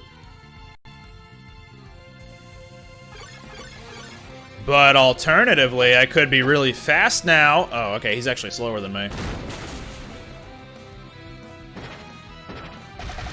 Central Daylight Time. So it is currently Daylight Time because Daylight Savings has occurred. So whenever it ends, we're back to Central Standard Time. Also, I'm going to turn on Experience Share again. J works? Gotcha.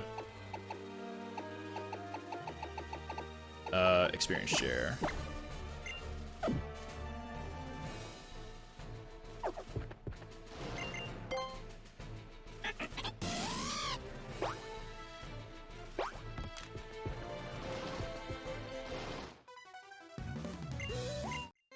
Okay, how much you want to bet he doesn't have a Steelix?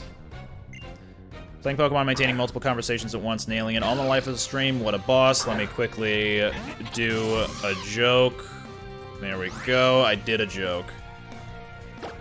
It's pretty easy to multitask when the game in question is not very intensive. But if we were to play something like Smash, it's going to be very hard to pay attention to. Have multiple conversations, both in person and in chat. And also play the game, and also pay attention to chat messages as they show up. See, apparently Daylight Savings happens because of farmers way back in the day needing extra time in the day. Very, very much paraphrasing that one, so if I'm wrong at all about that, then my bad. But what I gather is that it used to be a lot more useful than it currently is.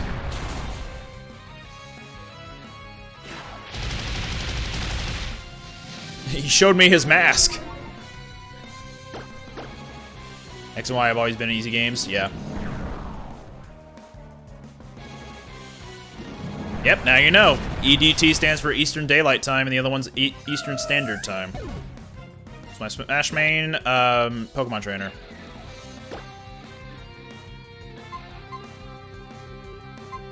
Sure, Bonbaro with his Thunder Punch.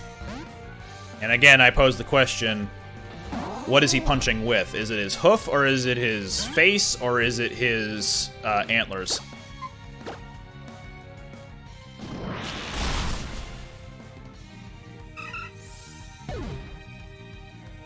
King DDD. Everybody's favorite King Daddle Dingo. Yeah, why not? Wait, no, that's Dusknoir, my bad. The villain of Redacted.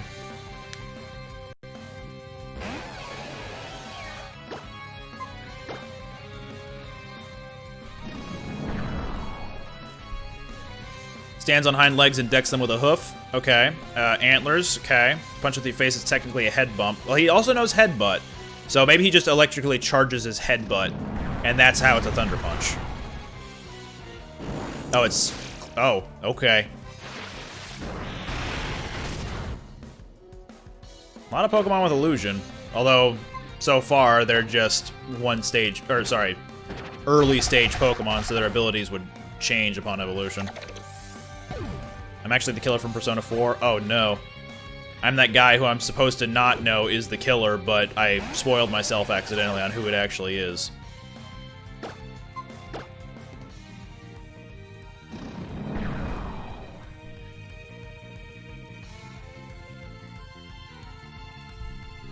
Damn you, Quick Claw.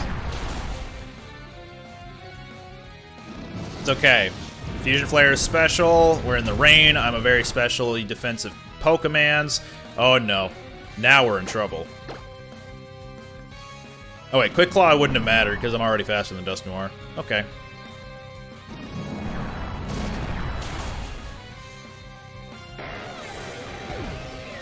Oh, also, to add on to the comment about keeping up with conversation from earlier, as long as I have more viewers than this, it's going to be a lot harder to keep up with conversation. So if you want to actually see me struggle with that, get me more viewers, but I'm not going to buy any viewers. That's just cheating. Let's see. Is the impossibility actually any good normal gameplay? Not really, because it's only on Zoroark. If it was on anyone else, I'm sure it would be a lot more useful, but with Zoroark, he's very much a glass cannon, so he gets one hit in, and if he gets hit by something during that imposter turn, he's done.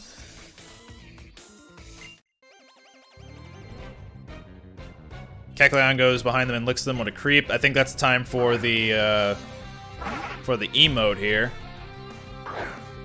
Bam. Wait, no, the other emote. Bam. I've got 2 emotes. Ain't that cool?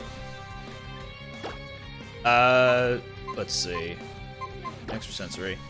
Wish Kecleon, or you like Kecleon, wish he was better, his gimmick's cool. Yeah, I mean, to be fair, if you have an ability where you change your type on the fly, Protean specifically, if we get as good as Greninja, where he's fast and strong, then Kecleon would be broken very easily. So I'm kind of glad that he has his flaws and he's allowed to get away with Protean. Meanwhile, Greninja with it is considered banned tier. Thank you for the follow.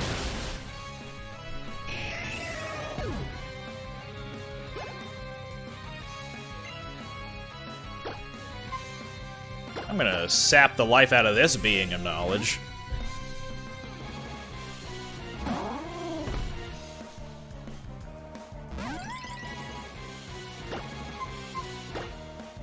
Yoink. Oh, okay. What happened? Who did the art for the emote? That was Barkasaurosaur. She's done fan art for some of the Randomizer series in the past.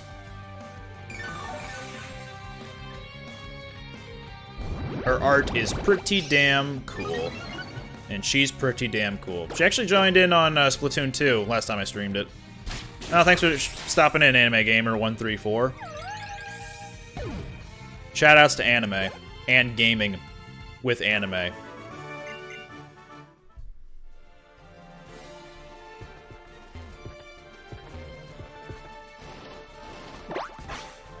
Any hidden items? None hidden items. Oh, wait. Ah, Horde! Hi, Barks. How you doing? Does What a Geek is anime? I does. Is that how I respond to that? I does watch a little bit of anime. My favorite is Bento. How long will I keep streaming? Not too much longer. Probably once I reach the end of Victory Road, if I am remembering its length decently fine.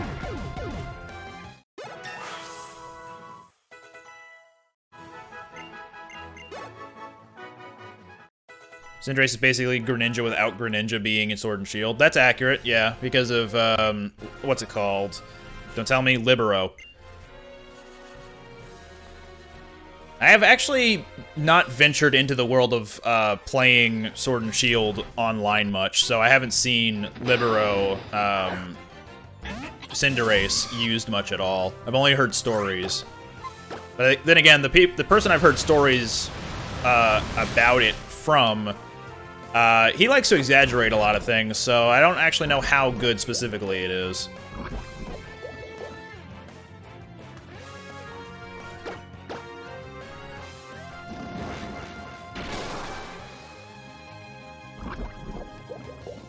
Damn you, wide guard, working in your favor.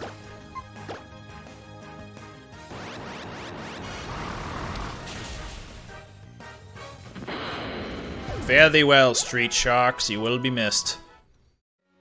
But not actually, because I have a shiny one in Sword right now, haha.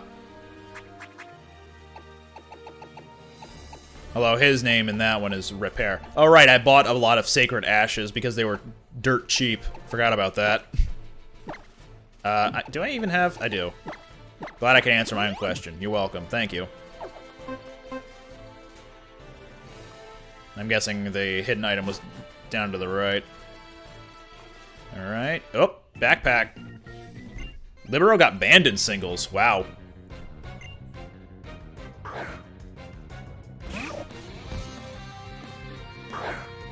I'm guessing because the DLC added a lot of legendaries that Libero is actually one of the best ways of handling the legendaries. Or am I just having my my negative bias towards legendaries kick in again?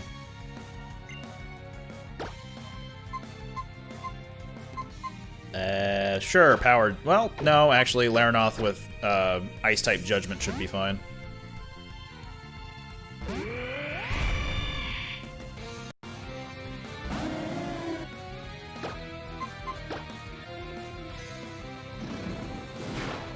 Libero is exactly Protean. You change your type on, like, right before you use the move. So, like, if Cinderace was to use Bounce, for example, it would change into Flying type and then use the attack.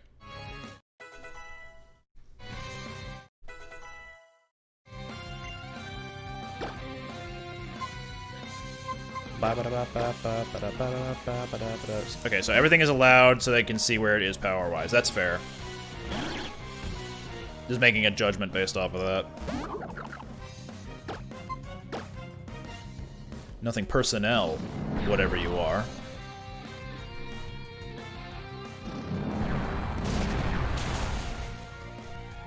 Yeah, you do get stabbed. That's why Greninja, when it was using it, was very powerful back in Gen 6, because it was very fast, and I think it's faster than Cinderace. So if Greninja was allowed back in Sword and Shield, I'm sure it would dominate. Even more so than Cinderace. And I think it had even more move variety than Cinderace. But that's why I like Kecleon a lot, too. Part of the reason why I like Kecleon a lot is because it has access to Protean, and it has access to a lot of moves, being normal type. It's a good mix-up to not get a super effective hit. Exactly. Like, that's why I love having Kecleon with Shadow Sneak, because if you get priority Ghost move and you turn into a Ghost type, then they're acting on a Fighting type move, usually. So, it can't hit you immediately. Isn't competitive getting power creep to hell and back? I don't know the definition of the word power creeped. I might need that explained to me.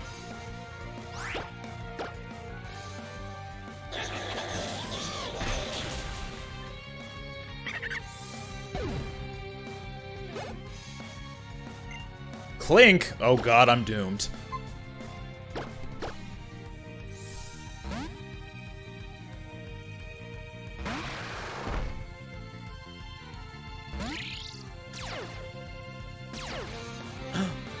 That Clink is actually Victini. Wow.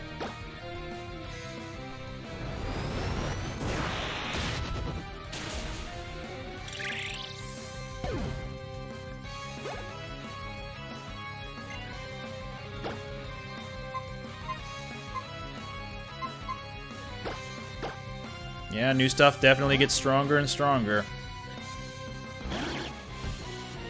Ah, yes. Power creep, jump to navigation, jump to search English noun. Power creep, uncountable. Collectible games, video games, blah, blah, blah. Situation where updates to a game introduce one or more powerful units or abilities, leaving the older ones underpowered.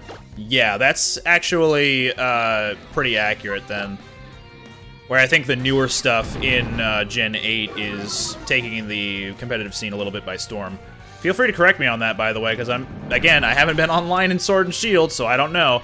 But, just the fact that Dracovish is considered really strong because it has Fishious Rend, Strong Jaw, Stab on Fishious Rend, and Choice Scarf. Like, that alone is dangerous. Then Dragapult, obviously. That's another thing.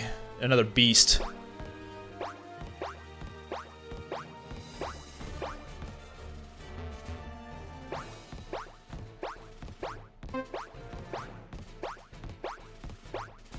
Up. Hey, thank you for the subscription at Tier 2. Wow, that's... Oof. That's a lot of dough to be spending. Unfortunately, I don't have any Tier 2 emotes set up yet, so right now you're going to have to deal with the 2 emotes I have. But I will definitely start working on Tier 2 emotes as soon as I can, because I know that someone's actually subscribed at that level. That's very generous of you. Thank you. What to do here? Level 58 Elgium, though. I kind of like that. I do like Beheeyem a lot. Sleep Powder Venusaur, which is good. Okay. Yo, Malamar with Contrary is a lot of fun, and there are still a few Pokemon that have Contrary, like including Lurantis. I really liked Lurantis, but he's not good. But he has Contrary, he has access to Leaf Storm, and he's a physical attacker, and that's like the only thing he could really make use of up until Gen 8, where he got Superpower, but he's still really slow, you know. But yeah, thank you, Night Puma. I appreciate the subscription.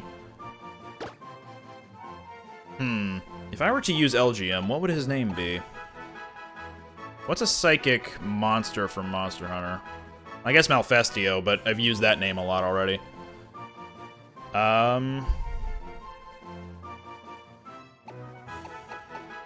Is there a monster with a big chrome dome for a head? Like one of the early ones?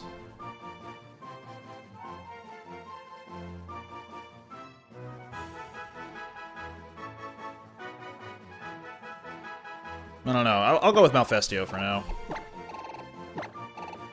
Like, that's the only one I can think of with mystical powers.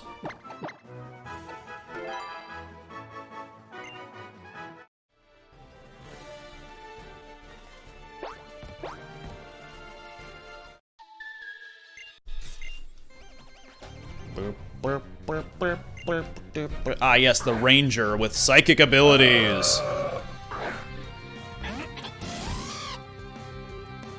Your type moves is set up with Dynamax, flying speed boosts, steel defense, yada yada. Yeah, I figured that's why Togekiss is really high up there, and I've seen a strategy with Excadrill and Tyranitar, where Excadrill just Dynamaxes, and Tyranitar already has Sandstream in effect, so Sand Rush kicks in. Thoughts on Dragapult? Think it's ugly? I don't know. It's all right. Design-wise, I think the faded tail is pretty cool. And I like that it shoots out Dreepy. I have not used one myself, though, so its utility might be a little bit different in my mind versus what other people use it for.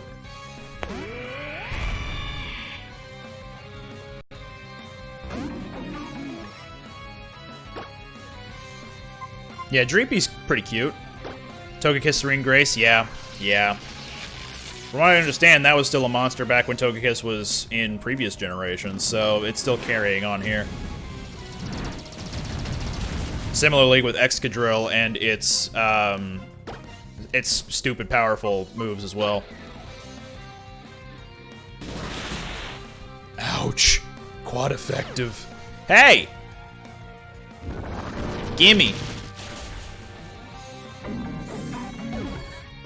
That was a fun little cry. Oh, you know what? We have Drill Neck. Alright, thanks, Joao. Thanks for showing up. Hitmonchan, that's illegal! You can't do that!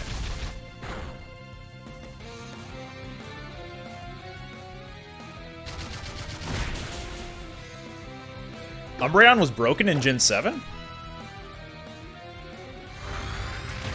What all did it have that made it really good? Was it just that it was really defensive as usual?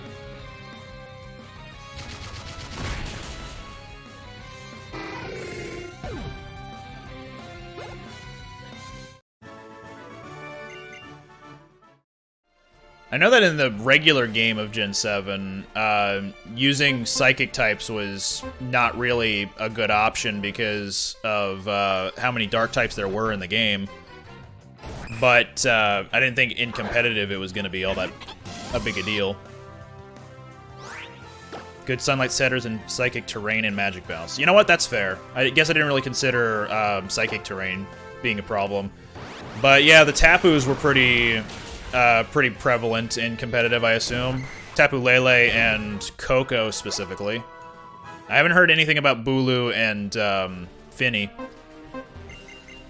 But Coco and Lele got a lot of notoriety.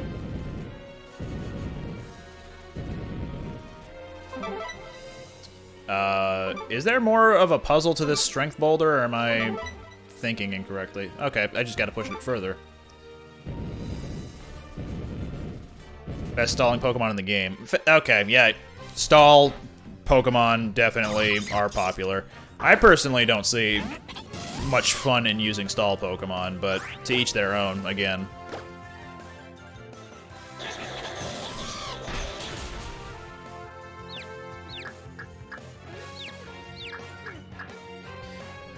Weird that they got rid of Moonlight for Umbreon. Like, that's the whole aesthetic for it. I mean, I guess I understand why they would get rid of it because it's really good on it, but thematically it works really well for it. Where, like, Espeon is the evolution you get from the sun, and Umbreon's the one you get from night, i.e. the moon.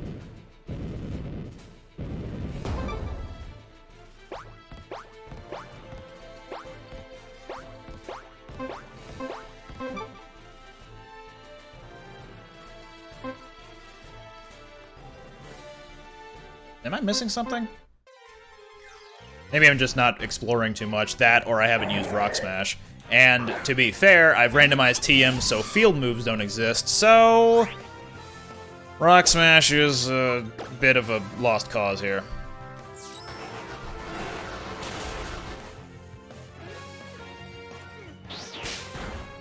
So wait, Umbreon does still have Moonlight? I wonder if it still has the same toolkit as before in Sword and Shield, but it's just not as good because of what shows up in Sword and Shield. Like, if you got fairies still in massive amount and, you know, other things, fighting Pokemon, then, yeah, Umbreon's utility would still be minimal. I guess it just depends on what the meta is circling around right now. Look at me talk about competitive when I know very little about it. Also, Freeze Dry is a very fun move. It being an ice move that does super effective damage to water Pokemon. It's part of why I liked using Cryogonal, other than me liking Cryogonal. Because it has access to Freeze Dry, and Freeze Dry is just a fun move all around. Where's the best place to grind for Wolfric? I don't know. I was at a good enough level to face him naturally, so I had no desire or need to level grind with any of my guys. And I beat him pretty easily. Then again, his ace in the hole was a Munna in this randomizer, so yeah. Also, if you keep in mind that Avalugg is going to be a physical tank and not a special one, you can deal with it pretty easily, especially. Oh, hi, Lucifer. Or Satan, I guess.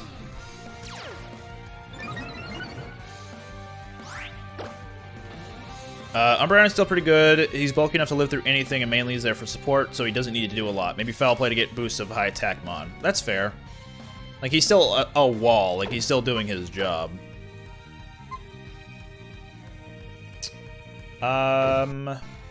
Easy, emulator. Calm down. It's not great, but I guess I could do some shadow sneaking. And then safely switch into either Aurorus or Kecleon in the meantime. That's Focus Punch. Oh dear. Ouch pain. You wanna do that again? Just make it easier for me?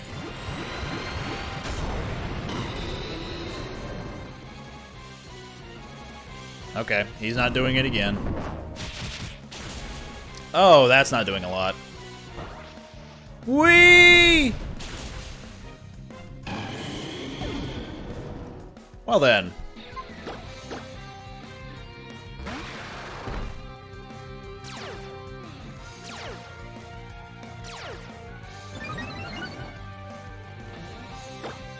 I don't have anything good on this, so if Focus Punch hits me again, I'm just gonna switch into, what's it called? Aurorus. Oh, here we go. Bye, Mizutsune. Nice knowing you.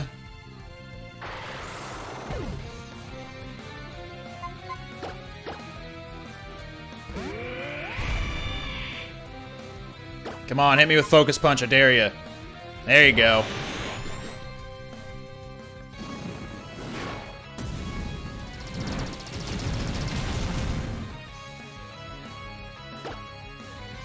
Drill neck.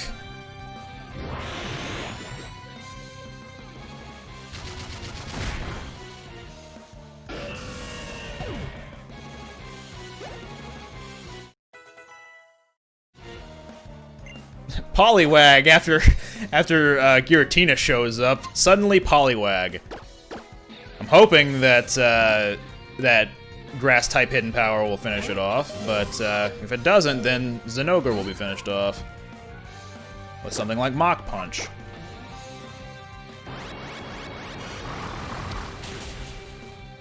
Okay, cool.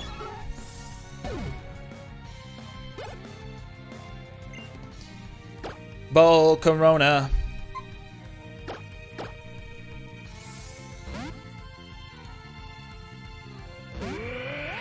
What's your favorite Pokemon game?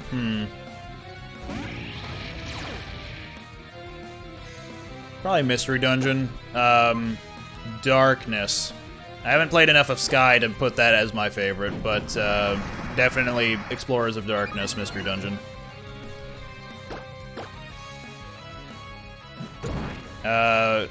What EV evolution did you use in Gale of Darkness? I used Vaporeon, personally. Conquest was alright. I'm not one for tactics games usually, but I didn't mind that one. Pokemon Pinball? Yo. That's a jam right there.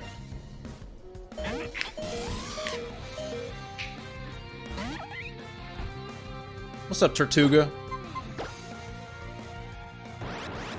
Favorite one, Sky? Yeah, that's what I hear a lot of people say is the best Mystery Dungeon, but Darkness and Time just are the Diamond and Pearl to the Platinum being Sky. So, I haven't played enough of Sky, like I said, but Darkness I did play a lot of. Also, I'm gonna escape rope out of here.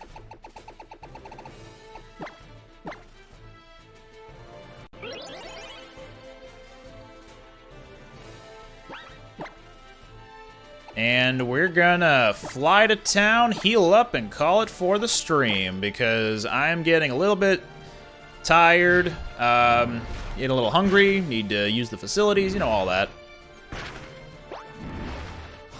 Plus, I've been going for almost 4 hours, so I need a break. But I will also check out, while I am over here, what LGM is like, and maybe I'll swap him into the team, who knows. And we're not swapping him into the team. I don't know, he could be good. I'm gonna see if he can learn, like, Mist Ball or something from the TMs.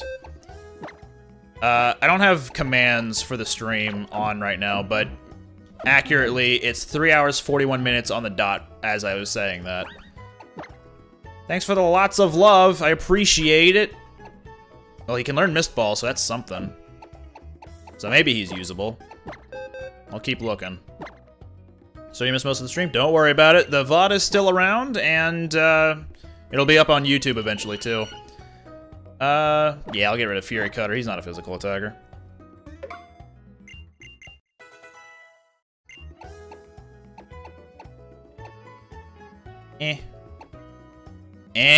It's just Mist Ball again. Like, exact same power and everything, just, has a different effect. Yeah. They're the exact same move, because it's Latios and Latias special moves, obviously, but, I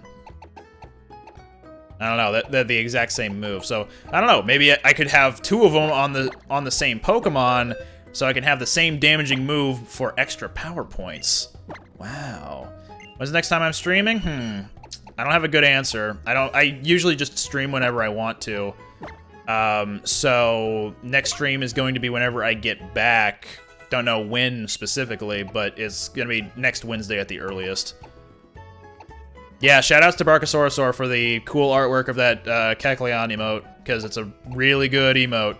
I'm happy she did that for me, so thank you. Ooh, but Calm Mind.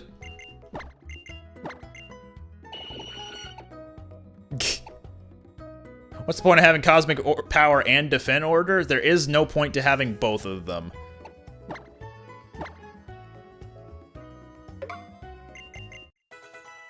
So I had two sets of two moves that did the exact same thing, basically. Oh, here we go. Regular or extra sensory there.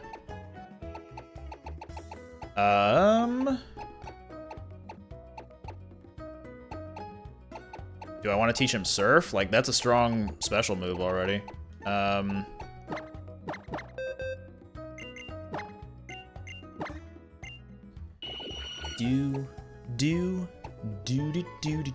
Yeah, Defend Order is cooler. This is accurate. And I guess we could teach it Surf, just for the hex of it.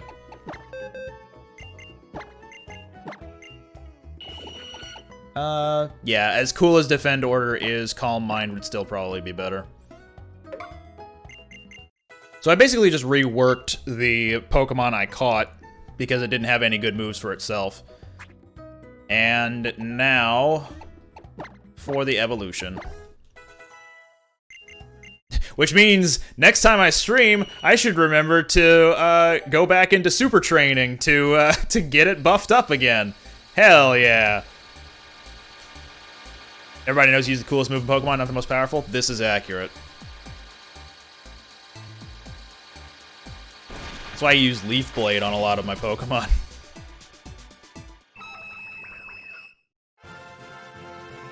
Alright, but now the question is, who do I want to actually replace on the team? Because I like Zoroark. I'm not, like, permanently boxing him. I just wanted to get LGM out there.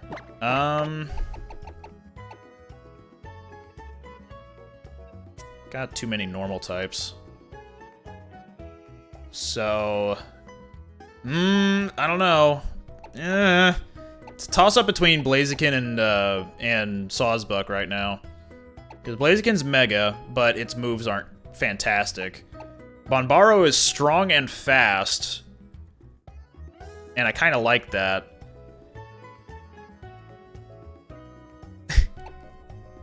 But what if Heliolisk? You know, the Pokemon I spent a lot of this stream, super training. If you think about it, it has no stab moves. It's been dying a lot. It has Surf, as does LGM. It hasn't been able to one-shot things.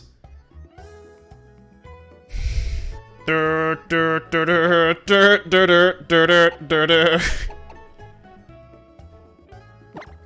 take the item off, but I'll leave him in the box. Bye, Zinogre. We'll see you.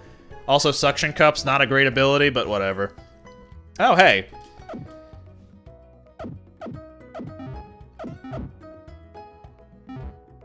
So, Suction Cup's not a great ability. What if I was to do this? Oh, it's solitary ability, apparently. Or it's hidden ability, for some reason. I don't know. But yeah, I'm gonna toss Malfestio here on the lower screen. Man, that sprite, what does that remind me of? It's kind of adorable. Just the huge green eyes with the black pupils. Looks really angry for some reason. No talk me angy. I don't know. I'm also gonna stock up on healing items.